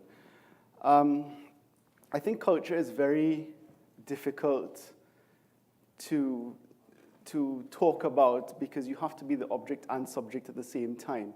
The Caribbean there's not been a lot of studies about Caribbean culture. The panelists on the previous panel talked about being reactive, Caribbean, or defining Caribbean as being reactive, and some other adjectives. But has there been any studies to look at that? In reading, I was looking at some of the cultural practices. Dr. Wu earlier talked about Asians waiting for things to mature before defining regulations. In a sense, that can be defined as a reactive approach, whereas Western societies might plan and define a set of procedures or plans, regulation for where they want to be in 5-10 years. Our cybersecurity legislation is a little bit behind. By and large, across many of the organizations, security awareness, we may recommend to a lot of organizations, you know, you're deficient, your user's not aware. But yet still year on year, it hasn't been dealt with. In reading, I'm reading about Western versus Asian cultures, administrative accounts and systems. In Singapore, the practice is that passwords can be shared. That's all right. Whereas Western might say you're accountable and responsible for your account, and therefore you should not be sharing any sort of accounts. Should something go wrong, you are responsible. If you have a shared account, and 6 people have that, then something goes wrong, those 6 people are responsible. But how does the Caribbean, how do we in the Caribbean interpret or understand ourselves when it comes to responsibility for security? The last thing I want us to talk about is fraud, and the theme is Internet of Trust. Fraud is easiest or the least effort, highest return on investment when you use a vector that is trusted, that trusts you, or your effort is reduced. The question that comes up, and I have more questions than answers, does Caribbean culture, does the degree of familiarity, the smallness of societies, promote or not promote, I can't find the word, but sort of support or increase the risk of fraud because of the closeness of societies, that you trust your friend of your friend. You're okay with giving out your date of birth to somebody you just met, or and whatever other security questions that come up for security when you set up an account in your internet banking account or any piece of software that you use. And yeah, I'll leave it there. Thank you. So, Anselm, do you want to continue with that? Because you had said that you have some interesting thoughts on whether it is a Caribbean thing or if it's just a thing that is something that happens to maybe younger societies that aren't quite as developed with regard to cybersecurity. And so again, good morning. It's still morning, right? Yeah. Yeah, it's still morning. Still before 12. So good morning, everyone. So to kind of look at what is being asked is, to me, and the experiences that I would have had, you would find that it's a problem across the board, right? I'm not discounting that fact. However, it varies from territory to territory. It varies from country to country. And what's the difference? The difference there is, it's two main differences. It's a culture, be it a public culture or an organizational culture, and it differs over generations as well. Because what you would find is that wherever you fall in the generation line, be it from a younger generation or older generation, there you would have the issues, it was said, the sharing of passwords, because I know this person, we grew up together, that kind of thing. But I want to mention something a little more than that, and to pinpoint the user factor, because we can train our users, and by users I mean anybody that is using any system, be it a banking system, be it a retail system, be it any security system. We will train our users, this is the best policy, and we do not take into account the user themselves or how they would operate in their day-to-day operations. And this is where I think the best policies fall short, because we do not understand the relationship that I may have with my colleague who we grew up together in the same area, we maybe went to the same school, and he just asked me, hey, I want to do this, I don't have rights, you have rights, lend me a password. And then that trust, I trust him, but then whatever he does, or he may take my password and give somebody else to do something else, and then we have that is where the break in the chain comes in, and that is where the cultural thing comes into play. So we need to look a little more at the users, because even the best drafted policy, no amount of training, legislation in a way, is going to prevent that user, and I'm using the term issue here in quotation marks, or that user problem. And we need to understand the user as to build more secure systems.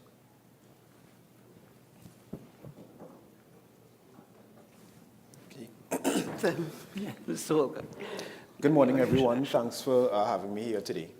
From where I sit and what I see, yes, culture does make a difference, but more so organizational culture than the actual culture that may exist in a country. You will find that what comes down from, usually from the top or from specialized business units in terms of security, in terms of privacy, and the enforcement, the support thrown behind such makes a huge difference as to how people act. You also find, to build on what Anselm said, the generation that someone is from plays, usually at least, plays a huge difference. You tend to find your younger people being more willing to be open with information. the ones in the middle being quite wary as to how things could progress. Should they share information? What should they do with their passwords, et cetera, et cetera? And you tend to find some of the persons in the baby boomer, et cetera, generation also being somewhat willing to share information. These are certain type of information and access.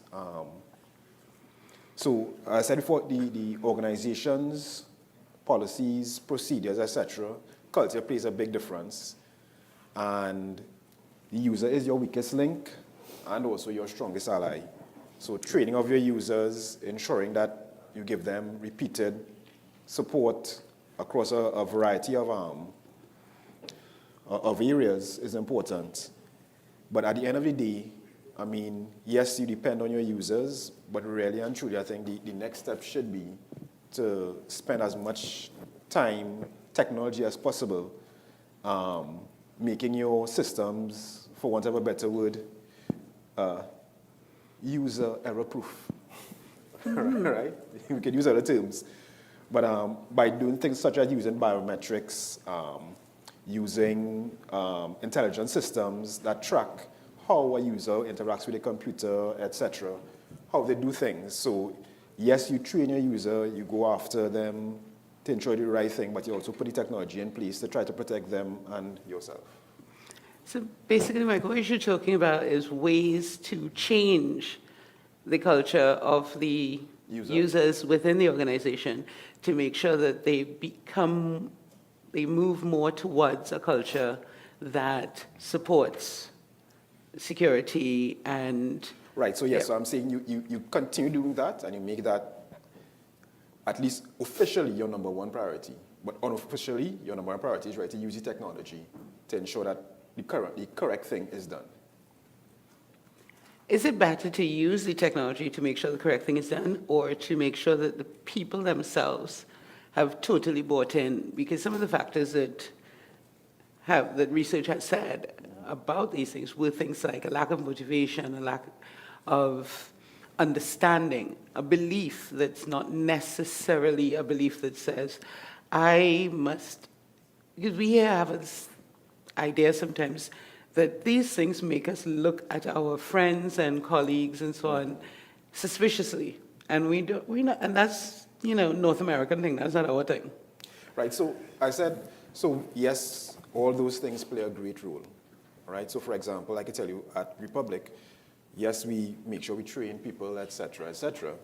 However, we are putting in systems. So for example, I said biometrics. So yes, if even I share my password with Anselm, he may not be able to do certain things if his method of entering data doesn't match. If, for example, he may need his fingerprint to activate certain things. So he can have the password, I can give him the password, but to do certain things, and this also goes for customers, to do certain things, there are other measures now you put in place. So you continue the training, you continue the reinforcement, but you use technology to enable you to have the level of security that you need. I think what to just reinforce the point is that we cannot look at or consider security without splitting it in two halves. On one half, you have the technology and the infrastructure. And coming from a background of that, it's all well and good to spend thousands or millions of dollars on the infrastructure. You have the technology there. But you cannot do one without the other. You cannot spend that kind of money and forsake, for want of better words, your users. Because your users are the ones that are going to use the system that you're spending money on. And we need to, as we say, make it foolproof. I'm trying hard not to use the industry terms for this. But to not make the system, because most times, and those of you who are involved in operational IT on a day-to-day basis would know that the harder you make a system for the user, even though it's security-minded, is the greater chance you have of a user finding some way to circumnavigate that system. right? And we need to take both sides into consideration. And that there, so we need to spend, I'm not saying the same amount of time and money on the users, but we need to ensure that we spend whatever resources is needed to bring the user up from where they are, to understand the system and to understand this is the benefit of operating in a certain way, of having this security-minded culture. This is the benefit not only to my organization, if you're doing it from an organizational point of view, but this is the benefit to maybe me as an individual or my community or my country, depending on how you or where you are operating. So, I mean, the technology has, the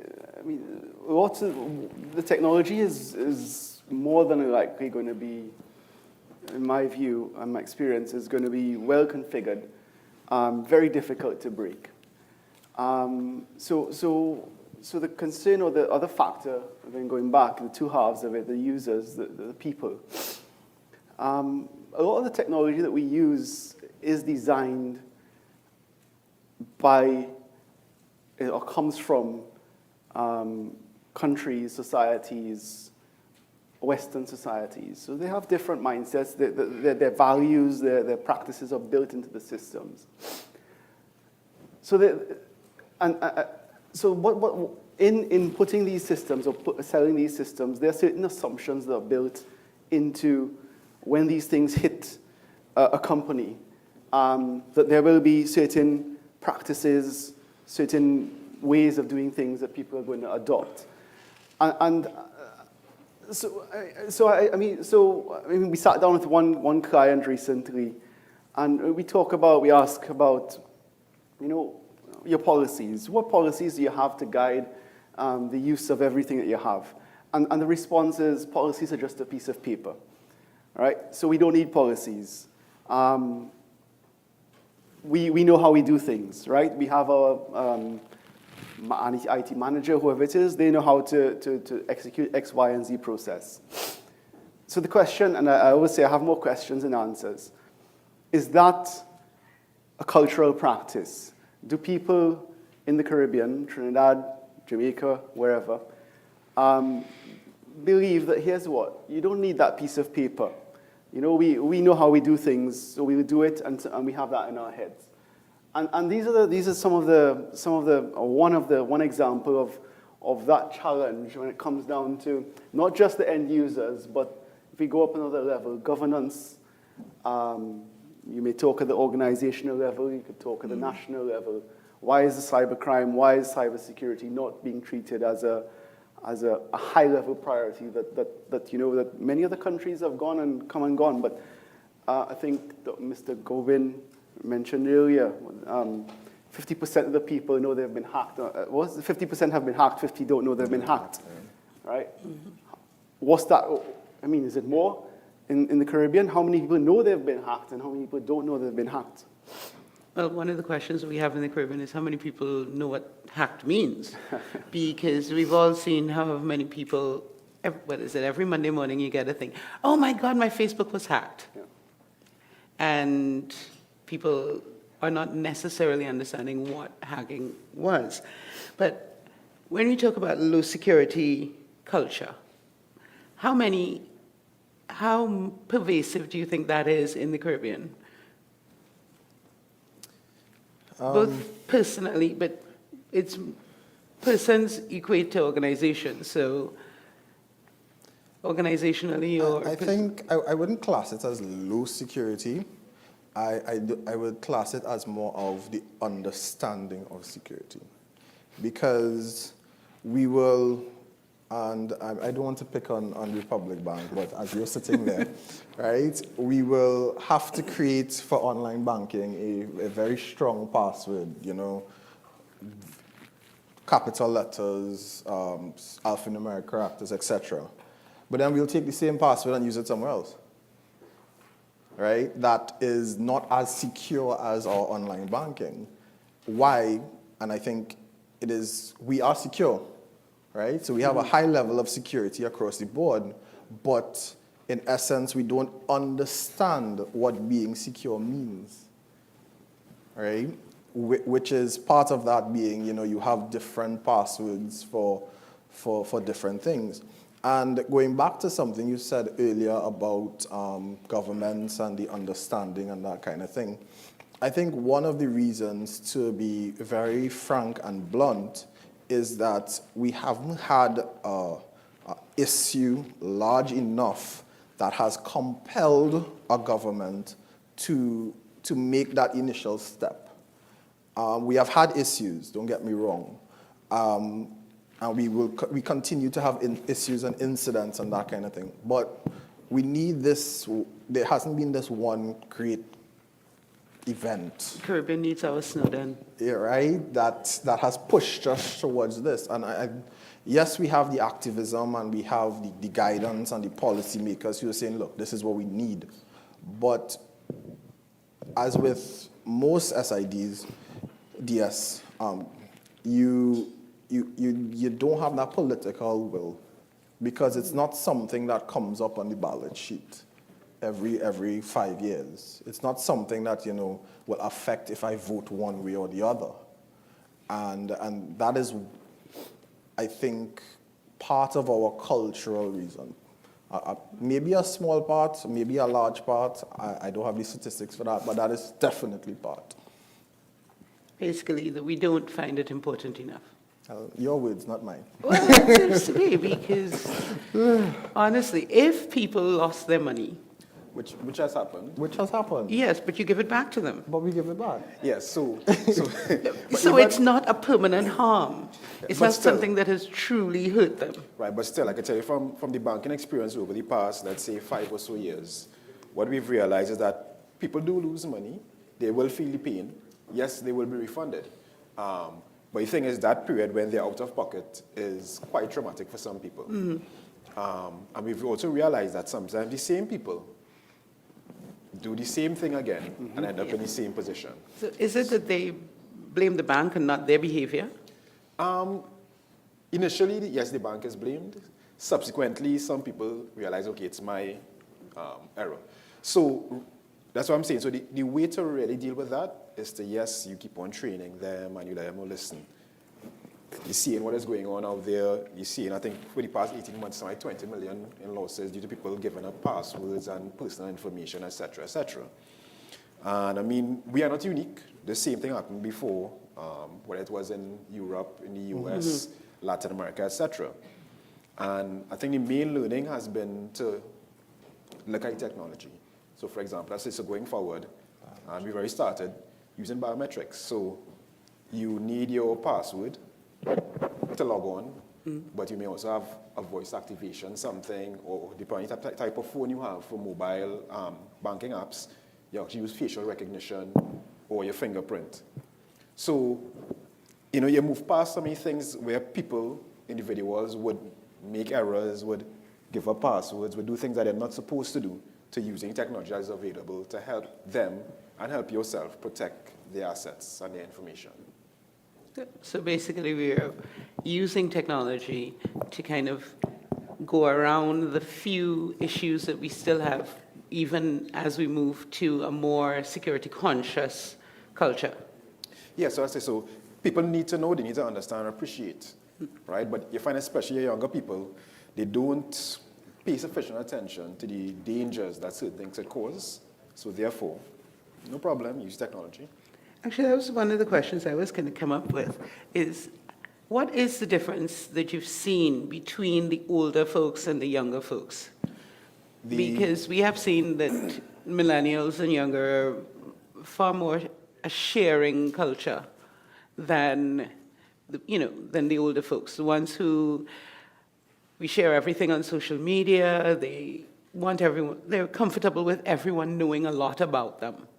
Yeah, I said looking at the actual stats that we have at the bank, I said the younger people do it, and strange enough, those who tend to be in their 60s, 70s, etc., also tend to share a lot of information freely. So you understand the behavior of your different cohorts, and you try to put things in place to help them and help yourself. they share. It's a fact, they share. Even things that they probably shouldn't share. So you put things in place to help manage the risk that comes with that. Okay. Randall, you have any thoughts on that? I am sort of curious, actually. When I think about Republic Bank, obviously a lot of a presence across the Caribbean, so therefore probably has a lot more data to see behavior. But some of the questions that come to my mind are in terms of training and remedial training for, let's just say, bad practices, whether it be customers or internally. Might there be a larger budget in a different island? Do people tend to repeat things? I've found in my own experiences that, there's a lot of, and I can't talk for the other islands, but certainly in Trinidad, looking at some of the practices, that there is a very repetitive behavior, even though, and yes, you recommend annual security awareness training, wherever you go, at least annually. If you do it more frequently, it's better. But we continue to see that this is repetitive. Right. Now, one of the things that we've also noticed over time is that we could spend a lot of money on training, but it's also important how you spend that money. So, for example, you have to understand how your different groupings take information on board, how they process that information, how they use that information. So it will make absolutely no sense, as we've noticed, to try to send out something that's 2 pages long with all kind of fancy wording and numbers and so on to someone who is between, let's say, 15 and 25. You're wasting your time, right? So you sit and make a nice video, no longer than 30 to 45 seconds. Try to pack it in there. If you need to make more than one, you do that. That will work for that cohort. Something for your, let's say, your average working person will be different. Something for a person who's a bit more to the older side will be different. So how you spend that money, and you can actually end up spending less by understanding your different target markets and having something to educate that target market rather than having tried to educate everyone at once. Anybody? Just want to add to that. What we have realized is that your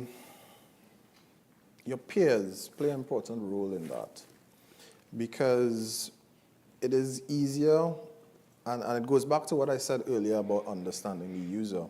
For some of your target audiences or demographics, we have found that it's better to find someone in that range, be it age, be it profession, be it social status, to spread your message. That it is much more, it is well received, one, and two, you get that encouragement from somebody at your level.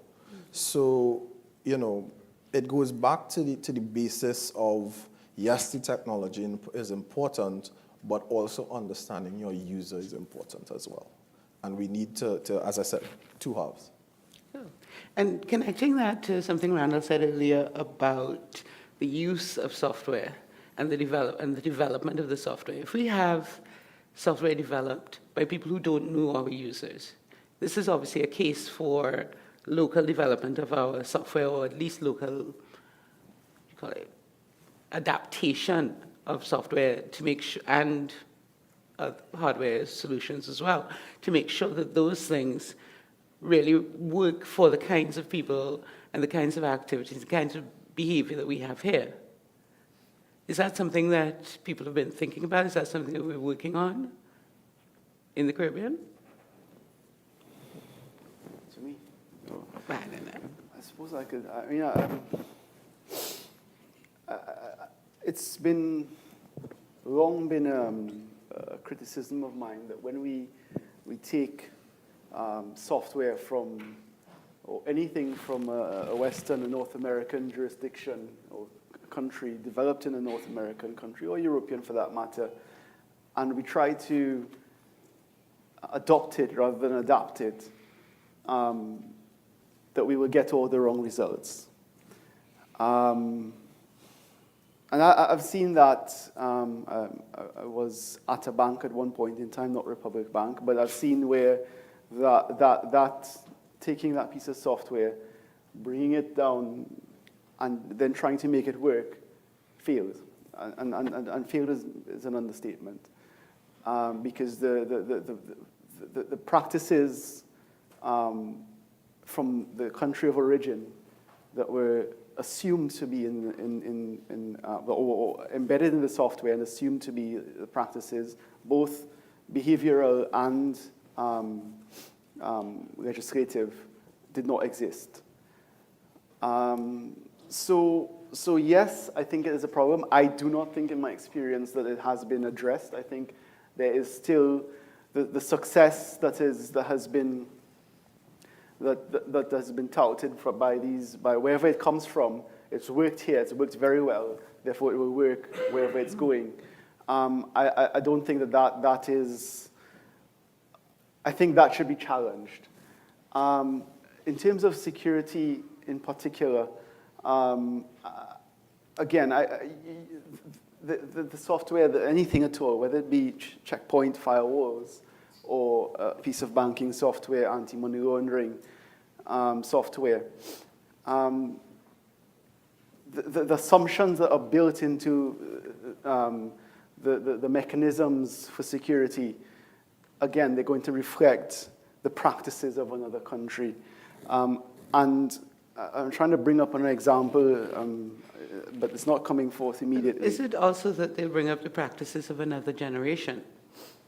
Or is that difference something that is so broad that we would need to utilize different approaches in software and so forth to work for not just the difference between a 30-second video and something else for a different audience, but is it that different generations work so differently that we need to work to change things at a more fundamental level for each group?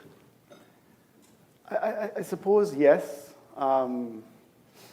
I think so, and I will probably draw an analogy to these mass online courses and the security awareness training. These little tidbits of information, 5-second videos that you throw out to people now, in a form that's the new form of learning. You know, the changes in training. As it relates to generations, I suppose yes, the younger generations prefer or have what older generations might call a shorter attention span. I don't know. Maybe you learn differently. So you prefer to get something that's 10 minutes long, and you move on to something else, and you absorb, and then you come back to it.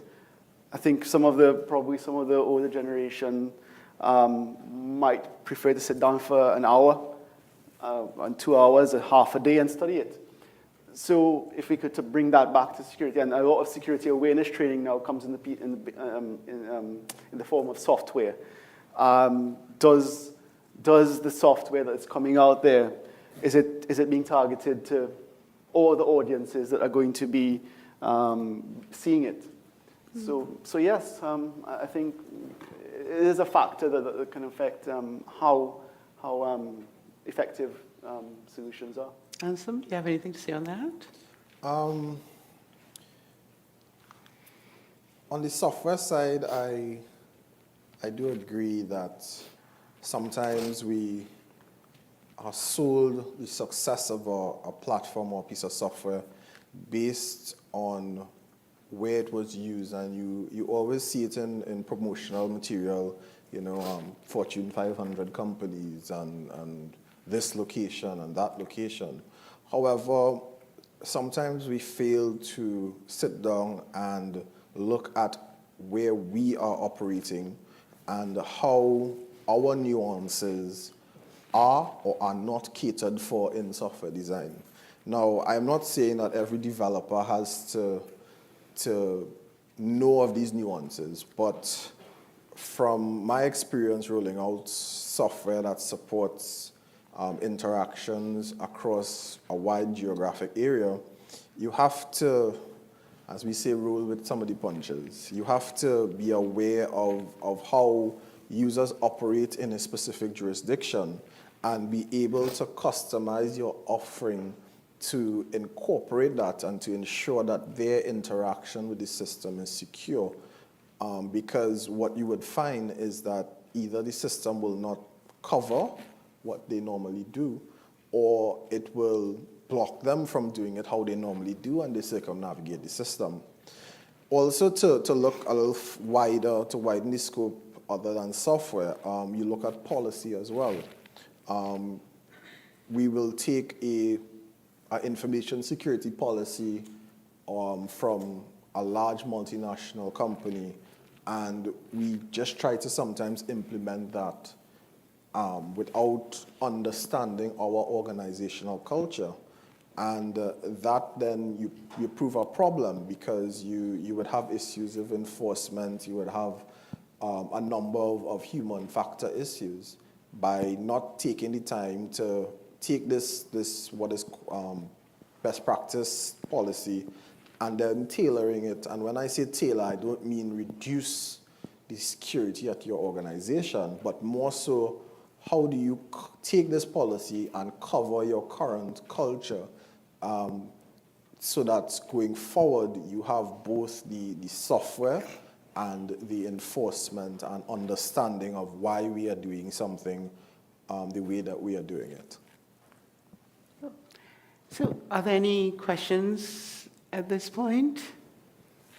Here we've got 1, 2, oh, lots of questions. So we've got 1, 2, 3, 4. So we'll start with this one here, the microphone.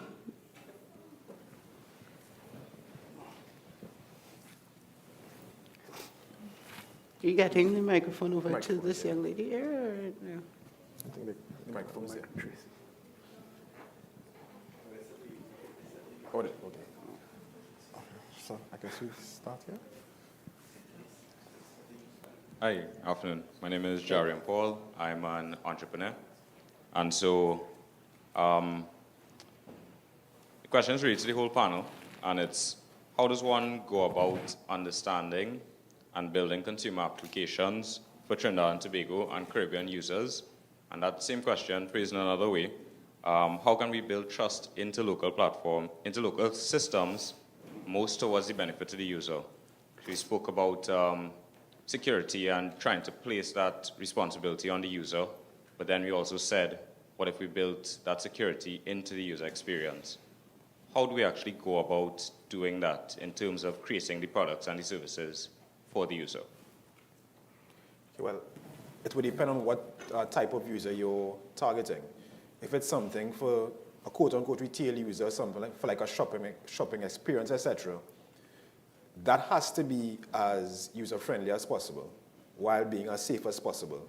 I would not suggest that it put any great level of responsibility or dependence on the user in that case to be quote-unquote security conscious or be secure. Your platform has to do as much of that as possible. If it's a corporate setting, then it's a bit different because there are policies, procedures, other controls built in. So you can't err on the side of making sure that your system provides as much as possible while having some reliance on the user in that case. The second question on trust, I think getting people to use or trust to use the application, I think, is that correct? Yeah.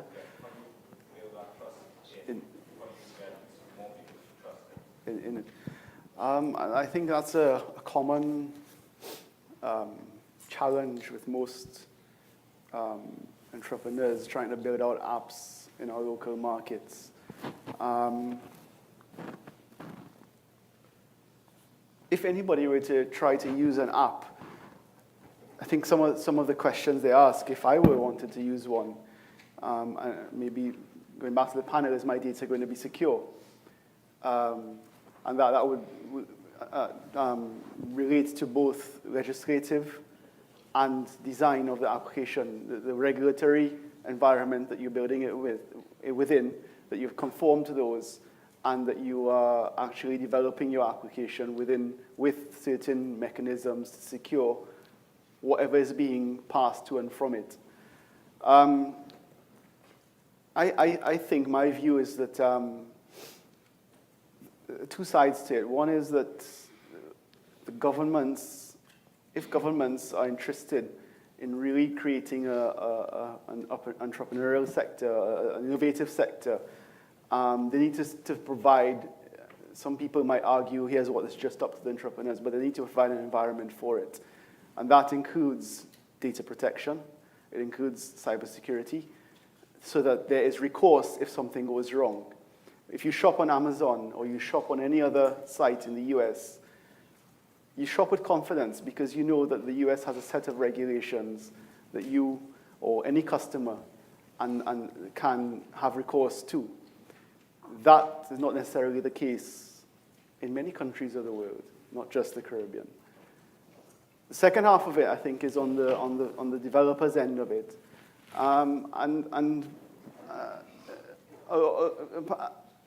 So you have your own reputation, you have to build mechanisms, but you also have to get out there and talk about it and say what you've done. So a lot of it has to do with marketing as well, in a loose term, but actually telling people what you've done and pushing through your own innovation,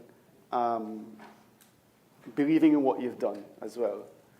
So yeah, those are that's my view on it. To not reiterate anything that was said before, the only thing I would add is that my advice to you is to know your user and know how can you build that confidence in a specific user. Be it if you're targeting various ages, how you would go about targeting them, and what is most important to them, while developing with a baseline of security and understanding the nuances for each of your users and trying as much as possible to tailor a user experience for them without compromising your baseline security. All right. Thank you. Well, there was this young... Yes, here. I have a question and an observation, I guess. The question is... Who are you? I am Daniel Charles. Thank you. Yes, I have a question and an observation. The question is, in terms of culture and our attitudes towards, these security risks and so on, could it be that there's a disconnect between adoption of technology and the conversations we have around data protection and security risks? For instance, we are smaller countries than, say, America and so on, and we were at one point not using certain types of technology, and all of a sudden, within, I guess, a space of how many years, everybody's on social media and so on, and in the excitement to get on board, you hand out your information, you sign up, you don't read terms of, policies and so on. We are adopting a lot of these things, and even now we are still discussing whether or not we should have data protection on Caribbean level, on these different levels. There's a disconnect to me between, adoption and the conversations in terms of, security, data protection, and so on. If it is that it's not a priority on government level, country level, not just as individual organizations, but on that higher level, to have these conversations, then the typical attitudes of trainees, is not going to be at the forefront of their minds to take certain things into consideration. I don't know in terms of taking up initiatives to address it, in terms of dealing with age groups, as you all said, because, for instance, we are in the age of social media. You hear a lot about hacking. Some persons may have gotten their accounts hacked. I don't know, within a certain age group, I'm assuming, just based on observation, that persons will be aware to some point. But then you have the older age groups, or maybe the younger ones, like my nephew and so on, or your grandparents. You see on WhatsApp, they send in these,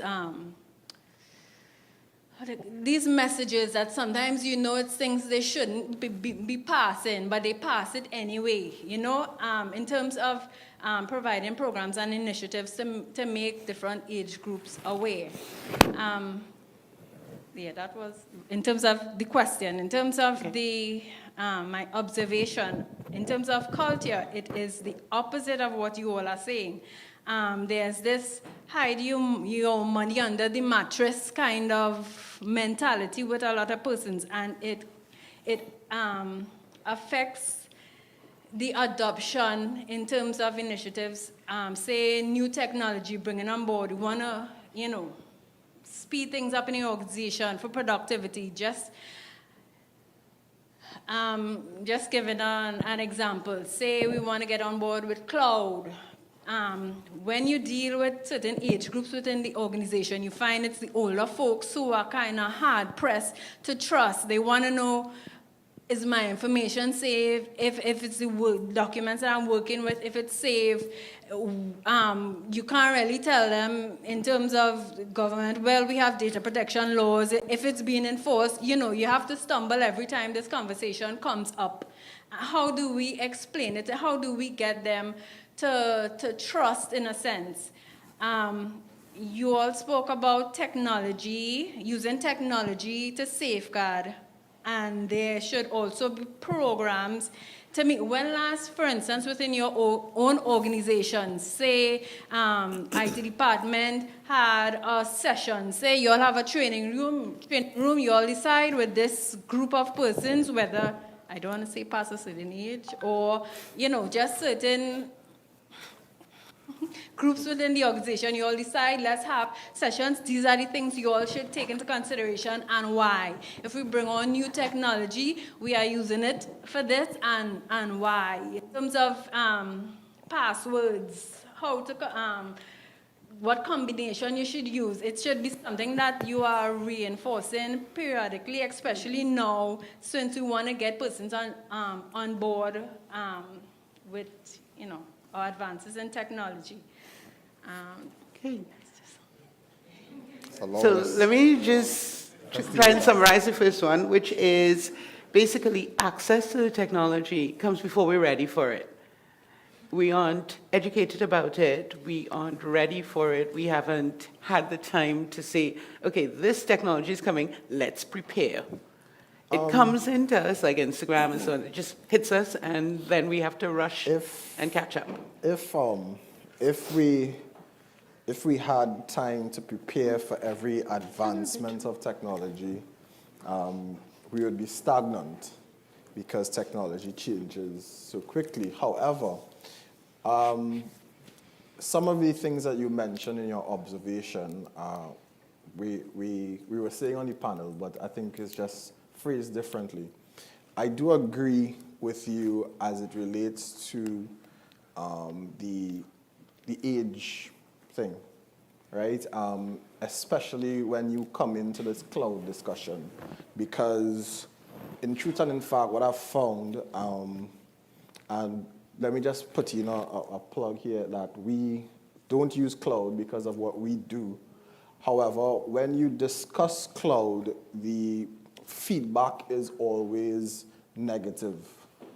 And what I've realized it goes back to understanding your user, because there are ways to sell the benefits of cloud, right? And address, and what you have to understand is you have to address the fears of a particular user. And of that age group, they are thinking, okay, they are from the age of everything I had was at my fingertips. I wanted to listen to music. I go to a record store. I wanted to do this. I wanted to buy a piece of clothing. I go to a clothes store.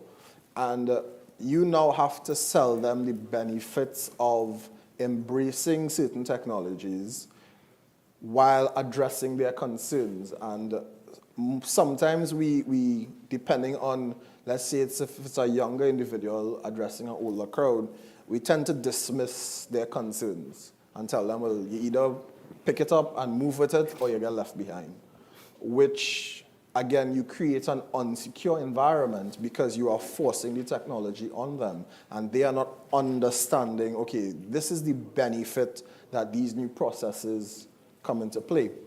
The first part of your question with the disconnect, and when we speak about the technology, it is not upgrading the technology to make a more secure system. It is upgrading the technology and putting things in place to assist the user in making a secure system. So we talk about two-factor authentication, which basically what that does is if I give someone my password, they still need something else to authenticate, right? So yes, you can educate a user, you can, say, sharing passwords, based on your organizational structure or your culture, but then from the ICT side of things, I am ensuring that if you slip up, then I am still providing a secure system, because yes, you could share your password, but without cutting off a finger and scanning it within a few moments in time, it's going to be useless. Please don't try to cut off people's fingers for scanning. But, so it boils down to answer your question in a few words, understanding your user and being able to meet them where they are and bring them to where you want them to be. I just want to build on what Anselm said. I don't think we should ever discount the concerns of some of the people that you'll be dealing with, especially those who most times they are the more senior level of the company, and they have a range of things that they are responsible for, sometimes even directly. So they may be less willing to make certain changes to move in certain areas. But it's to take their concerns on board and to be clear as to how you could address them. And sometimes, really and truly, the technology does not enable you to address them. So, for example, at the bank, we have different levels, different classification levels for information, and there are things that we put on the cloud and things that we don't. Right? So it's just a matter of really understanding where the risk lies, how you can mitigate it, and for the ones that you can't mitigate to the satisfaction of whatever the party may be, how you will address those. Basically, resistance to change is not necessarily always bad. Sometimes they are valid and very important reasons that you will have for resisting some changes. So a lot of these things, we go often one side or the other. It's not 100%. No. Right. We have some other questions from the youth table. Good afternoon to members of the panel. Good afternoon once more to everyone. My question is twofold. Firstly, to the members of the panel, do you all believe then that the social institutions are molded by the individual, or that the individual molds the social institutions? Having that assertion, do we accept a user-centric method to data entry, to matters of data security? Understanding that culture varies from place to place, time to time, do we need to, for lack of a better word or to create a new word, do we need to Caribbeanize our approach to internet, to the information system on the whole? So a lot going on there. That's a hard question.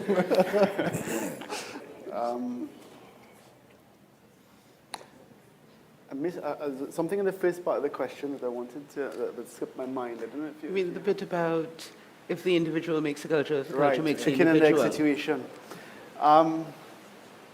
This is a good question. Which shapes which? I don't know what the answer to that is. I think it depends on the culture of the society that you're in now. I think, by and large, in the Caribbean, we do not have a bottom-up approach. Generally, while people may complain or they may do X, Y, and Z, they really come together meaningfully to demand something. So in my view, a lot of things are driven from the top down. And in that sense, I would say that, and also a lot of the things are a lot of our, let's say, the way our institutions or social, I'm not too sure what you meant by social institutions, but institutions on the whole, any initiatives that we undertake, they're driven by global norms, global requirements from whichever bodies they are, whether it be European GDPR, or whether it be FATCA, which is the US Tax Compliance Act for anybody, certain individuals raised to the US. So they're by and large driven outside and from the top down, in my view. So I think it is top down. The second part of the question. The second part of the question was, wait, before you do that, anybody wanted to weigh in on the first part first? That the social institutions part. While I agree what it is, I think what it should be is a bit of both, right? Because as with anything governance, be it political, be it whatever, you need to have, the best system is a mix of all the systems. So there are times where the individual needs to shape the institution, and there are times where the institution needs to shape the individual. Whether that happens or whichever one happens currently would all depend on where you are and what society you are in.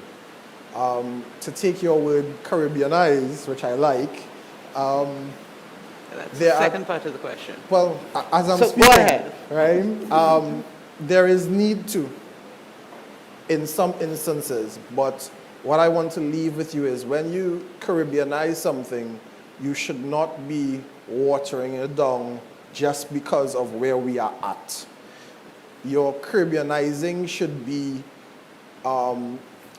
understanding the nuances or the specific challenges we face in the Caribbean and looking to address that while still keeping the high watermark of what you are trying to implement. All right, now, I don't want to sell us short. So, for example, even the question about which one shapes one, yes, as Athens said, it should be a mix. There are a lot of things that we do in the Caribbean that really aren't that far off from what happens in some of the major countries, cities, etc. I'll give you an example. A lot of the testing that was done by Cambridge Analytica, etc., started in the Caribbean, and that went on to become a big thing in terms of manipulating political processes, fake news, etc., in the larger countries. So it's probably we are not that far off on that side, which I mean isn't very positive. But the thing is, basically what I'm saying is people are people, and each region would have their own culture and own challenges. But at the end of the day, it's up to us to use what comes in terms of the software, in terms of the practices, etc., and to make the adjustments that best fit our own countries, our own entities, and so on. Yeah, I just want to add one thing, and that is that to do or to succeed at that, we have to understand ourselves first. And that is, I think I started off by saying there hasn't been a lot of studies about the Caribbean in particular, how we do things, why we do things. So, we are academics. The university needs to, I think, probably do a little bit more research to guide policy. And there was another question from one of the young ladies, I think. There was one other hand up on the student table before. No? Is there any other questions? Yes. Yes. Just following up with the questions from the YouTube chat. Two questions from Hassan Voyo. One is thoughts on having a national or organizational digital security survey, just like we do with the Digital Divide survey. Second question for the panel from Hassan. We talk about our cultural disposition as if it is only a bad thing in this context. What are some of the upsides? And there's a third question from Karan Ramganesh. Question for the panel. How do we approach the level of standardization versus customization of digital security policies which will be applied across the Caribbean jurisdictions given the varied cultures? That's it. All right, so who wants to start with which question? All right, so I could do all three one time. Okay, yes, all go right. right ahead. The first one is pretty simple, and it was said before. We suffer in the region from a lack of information, a lack of study. And any method by which the collection of data, the processing of data, the study of the environment where we operate is welcome. So something like that, surveys and that kind of thing is welcome. The second question, remind me. Upsides of our culture. Upsides. From what I've seen is, and Caribbean people are very skeptical people. And that is one of the upsides to our culture, is that you would find that a large percentage of people don't believe things. So things like fishing and that kind of thing, it's too good to be true. Right, that from my experience. Now you would have the percentage that will be like, all right, cool, I'll try it. But most people will second guess or ask somebody and say, you see this for this, and they might, So you have, that is one of the upsides I have seen throughout the region. And I just want to say that we shouldn't look at culture as good or bad when it comes to security. This is the environment in which we operate. And this is what influences how we do things. So whether we do something that is looked upon by outside force, outside as negative or positive, it still is, this is how we do something. And we must always keep that in mind, because it may be something that we would need to tweak or need to outright change, or it may be something that we need to keep. So skepticism is something that we need to keep. Second, question everything, right? The third question is? Customization versus standardization. That will vary from organization to organization, implementation to implementation, but the baseline is this. Never customize to the point where you lose what the original was intended to do. And I mentioned it earlier. Don't, and I hope my friend has not trademarked the word yet, don't Caribbeanize a piece of software to the point where it loses its security, it loses its purpose. All you are doing is capturing the nuances and to secure those nuances. Well, on I'll start with the second point, which is speaking about the things that may be good or are good with regards to Caribbean culture. Skepticism is one. Creativity is also another one. We often find ways to solve issues that people grapple with sometimes for quite a long while, simply because we have a lack of options at times. With regards to the customization versus standardization. Customization comes with a cost. I can tell you again, speaking from my experience and where I sit, we operate right now in 10 countries. That number should increase soon. Customizing is very costly in terms of not only support and upgrades and so on, but in terms of training of users and how they use it, etc. So as far as possible, you should seek to buy something that fits as many of your core needs as possible and only make customizations as is really required based on laws, practices, etc. And the first part of it, digital attitude survey. Should we have a digital attitude yes, we do. survey? We do need to have a digital survey. And unfortunately, because of the differences in legislation throughout the Caribbean, the questions may need to be a bit different country to country.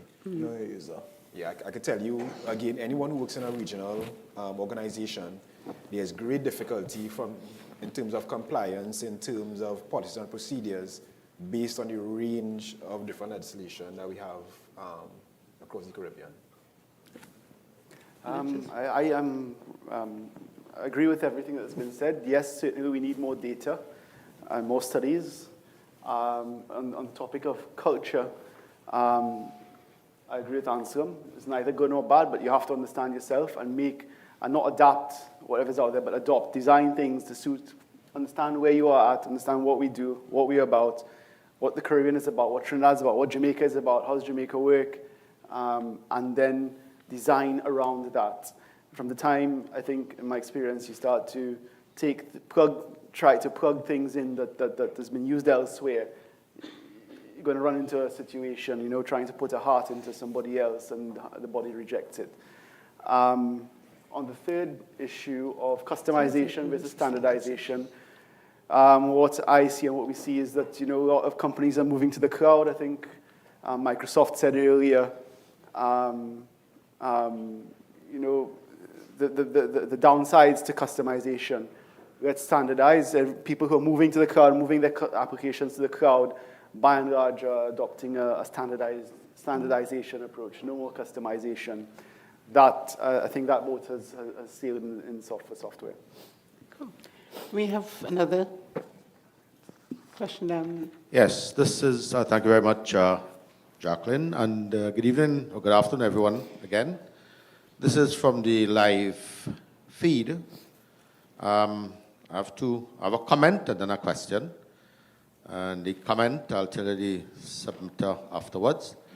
I'm having a challenge that the topic is ignoring the social, cultural issues impacting the privacy by design approach. That's the comment. The question is, how do you incorporate cultural indicators in the planning stages without compromising the local sensibilities? And the comment and the question is by our very own Glenn McKnight.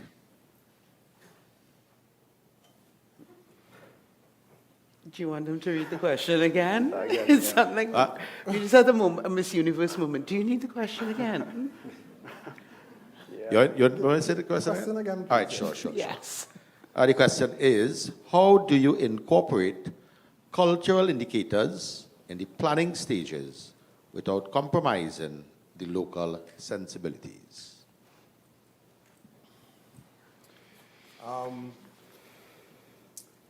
So we are on the cusp of rolling out a new regional system to 15 member states. And we had that same issue. And how we overcame that challenge was pretty simple. Sit down and have a chat or a conversation with your local stakeholders and understand, and it goes back to, I think I'm a broken record now, understand your users and understand their culture. I like the analogy, you can't take a heart and just put it into a body without understanding if the body will accept the heart. And it's the same thing. We try to force things, technology, software on people with not understanding the individual. And that to me would negate any issues you have and would also, so you will develop by design incorporating these things from onset. That's to answer the question.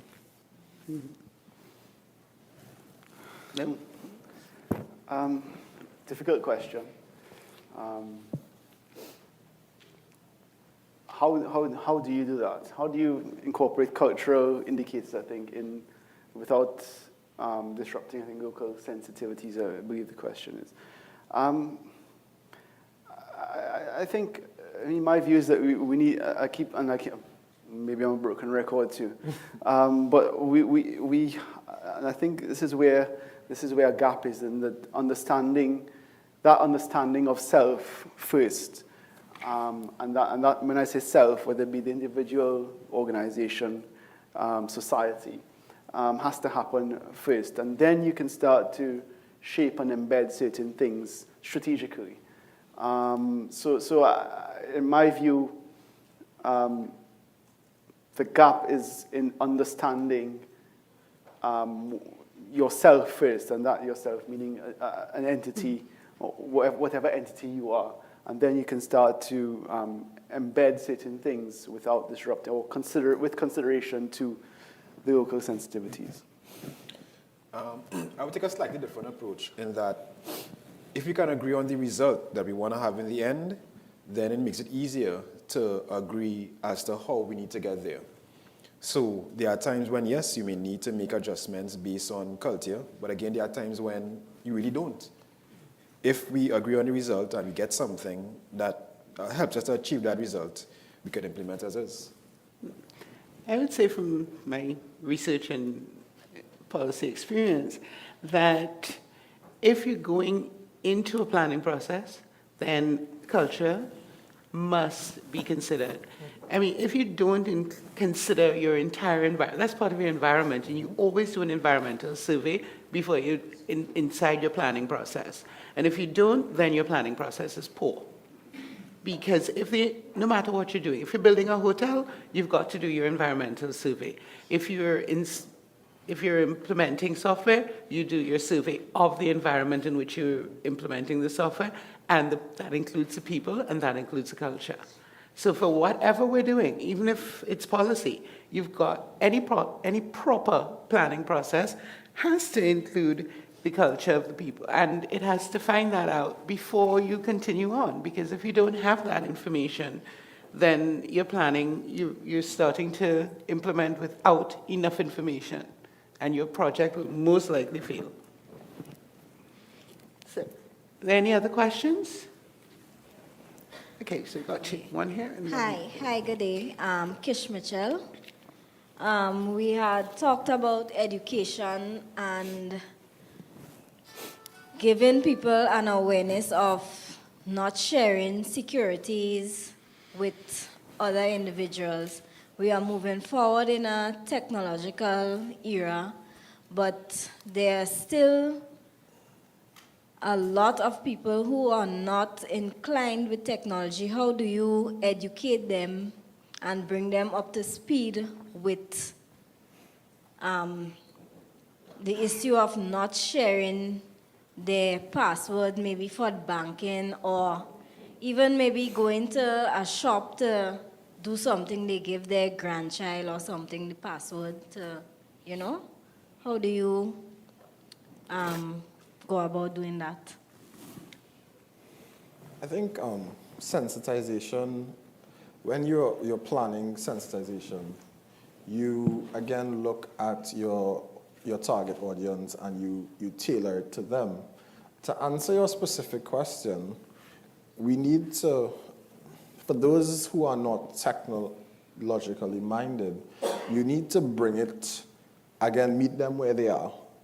Something as simple that I have noticed throughout the years is that older folks may not give you their PIN for their bank account, but they will willingly give you their national ID number to call Flow or call B-Mobile to fix an issue with the phone or the internet or the TV, etc. And this is where the gap in sensitization is for people to understand it's not only about your banking information or your Facebook password or anything that is sensitive, but it's your everyday run-of-the-mill dealings. Security is not just a process, it's a mindset, right? And that doesn't stick with technology. It goes to everyday life. And that is where the design of your sensitization and you knowing your target audience is going to help that.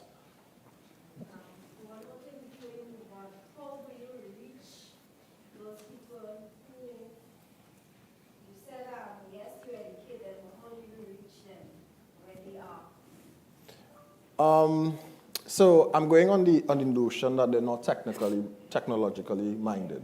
So off the bat, social media things, they're not going to work, right?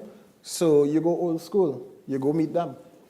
You have something in their village, in their town, educating them. You go to the old printer pamphlet.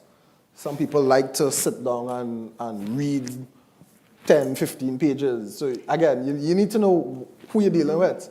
And if there's that kind of people, to me, if it was me running that sensitization, what I would have done prior to that is data collection. Okay, what are the kind of people in this area? And then I will design a program. If I know that they're not technically minded, do I talk about things on the radio? Maybe they listen to radio every night. Maybe they watch a specific TV, so I could maybe run an ad. Maybe I have to go and set up a booth and go by Miss Paula or by the shop to hand out flyers, you know, so that it's understanding who you're dealing with. Master Morris Eileen, quick question. Because people are, I think this is going to be the last one, because people are looking for lunch. Yeah, I want to make a few points, including one related to the young lady's comment there. Basically, the theme of what I'm about to say is basically inflexibility. So if I start to ramble, forgive me. But first of all, in terms of the password sharing thing and the pin sharing thing, I heard that keep coming up, but the thing about that is that is not so much a problem. That is basically a use case that is not being satisfied by the systems being put out. For example, in banking, for example, if people are sharing their passwords with their family members, it's because they trust their family members to have access to their financials. If the systems, the digital systems, I'm talking about the mobile apps or the website or whatnot, if these systems do not have a mechanism that allows people to delegate access to say, okay, this person could use their account to make transactions on my behalf, probably have some kind of authorization process where each transaction requires them to, you know, respond to an email or a call or a text message or something, then you would find that these people will no longer want to share their passwords and whatnot. Similarly, bringing it back to inflexibility, what I got so far from the discussion in terms of ID software aspects is a lot of consumption-oriented discussion so far, in the sense that when we talk about customization, we want to get a solution from, you know, most times, if not all times, another territory and bring it to Trinidad, and the question becomes, should we customize it or not customize it? And you mentioned, you know, for like a bank like Republic Bank, you know, it may not make sense for them to customize a solution for every region, so you're going to look for the solution that makes most sense, you know, for your situation. But I think that in itself is still a little short-sighted, but, you know, it's widely practiced because I see it everywhere in the country.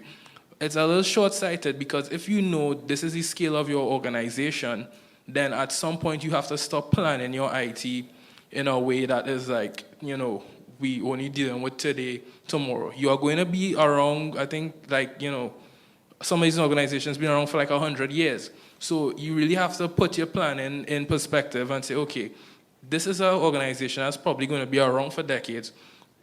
Buying, especially looking at right now where we have the Forex situation and whatnot, being overly dependent on foreign markets for technology is eventually going to become a serious weak point for us if we are going to be dependent on technology. That's what you should do is, in the meantime, while we procure solutions that work for us now, we look towards investing so that locally now, we already have people who could provide those solutions, who already are aware of the culture, so that as time goes on, it's no longer a question of should we be able to customize something that, you know, we got from IBM or SAP or whatnot. It should now be which one of these vendors that are within our reach, either locally or within the region, that we could now depend on to basically acquire those solutions. And one of the positive effects of that now is that if you have more development locally being used and trusted by known institutions that already have, you know, a certain level of rapport with the local market and whatnot, you'll find you may get like an effect where that trust is now extended. So like as the guy said, you know, how do we get people to trust local applications? if people know a particular vendor is trusted by Guardian, RBL, RBC, or whatnot to provide systems they are custom using, then that trust may start to extend locally. So basically, that's probably long and short of what I want to throw out there.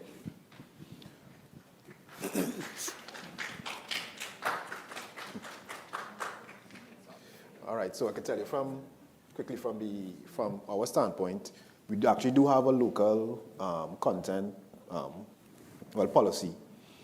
And some of these smaller things we do reach out to local providers. However, to do that on a large scale, given the risk that goes along with some of these things, will be a challenge. I mean, it's something that happens worldwide. Unless you have an actual in-house team, which some of the larger banks do, but very few actually, because it's not a core function, and there's a cost that goes along with it. But unless you have a core in-house team for core applications, etc., it's highly unlikely that you will use one of the somebody that's not quote-unquote world class. But say for some of these small applications, we would. Yes, that is one of the things that we had started talking about, where you say that, you know, our culture suggests that we should start doing our own instead of relying on foreign software that expected certain things to be in place when you implemented them. And that was one of the things that we were talking about. You want to say anything? The question from the lady behind there, I just wanted to say one thing in relation to that. I mean, it would be good to see some more social responsibility from companies when it comes to usage or practices, good practices. So, for example, if you signed up for a service, and I'm talking local companies, if you've signed up for Facebook or whatever the social media out there, but if you're talking about, let's say, some company that's offered you online purchasing or some other service online, I think that there is a responsibility, a social responsibility now. We've come to a point where the internet is so ubiquitous. It's being considered to be a right now, a human right. That these companies have a social responsibility to make sure that whoever's using their service is aware of good practices. That's what I just thought I'd say on that. It being that having been our last question and we're about to wrap up, does anyone have any final words? I think to close, I'm not going to shy away from the suggestions shared. I agree with you that we need to develop our local pool and that kind of thing. And I want to tie that back to a comment that was made prior, in that in developing your local pool, you also have to develop the space that they operate in, right? Because you can develop the pool and then, let's say Republic Bank requires a specific application that, yes, can be done in the local pool, but the risk of doing it in that local pool, while the technical expertise is there, there are other risks to be considered: interoperability, international validation, etc. So I want to shift your comment to, while yes, we will develop a local pool, let's develop the where they operate. Give them the tools, give them the training, provide the regulatory framework by which they operate, so that any kind of international certifications and that kind of thing would not be an issue. And the inflexibility point of it, in closing, this is where the technology helps. Because, as I keep mentioning before, you make a system too secure, the user is going to bypass it. You make it too inflexible. And you are more and more seeing in the region that companies are producing technologies that allow flexibility without devaluing security. Case in point, the Republic Bank cardless cash thing, right? So instead of sharing the PIN number, I can send money and they take it out without a card, you know. So that's just one initiative, and there are others. So while we may be behind the ball on that, you know, it's something that I'm seeing coming through our society. So in closing, I just like to say that. I also like to go back to my point on it's a 50-50 thing. It's users and technology. And if we focus on the users and not the technology, we're going to have issues. If we focus on the technology and not the users, we're going to have issues. So we need to ensure that there is a balance. In closing, the internet is everywhere. I mean, it's ubiquitous. Right here, we have a wireless network, so we are connected. I think that, and I would like to see that people, individuals, become more risk conscious when it comes to usage of the internet. The question, I think the word skepticism was used earlier, that skepticism is practiced. So, I mean, very briefly,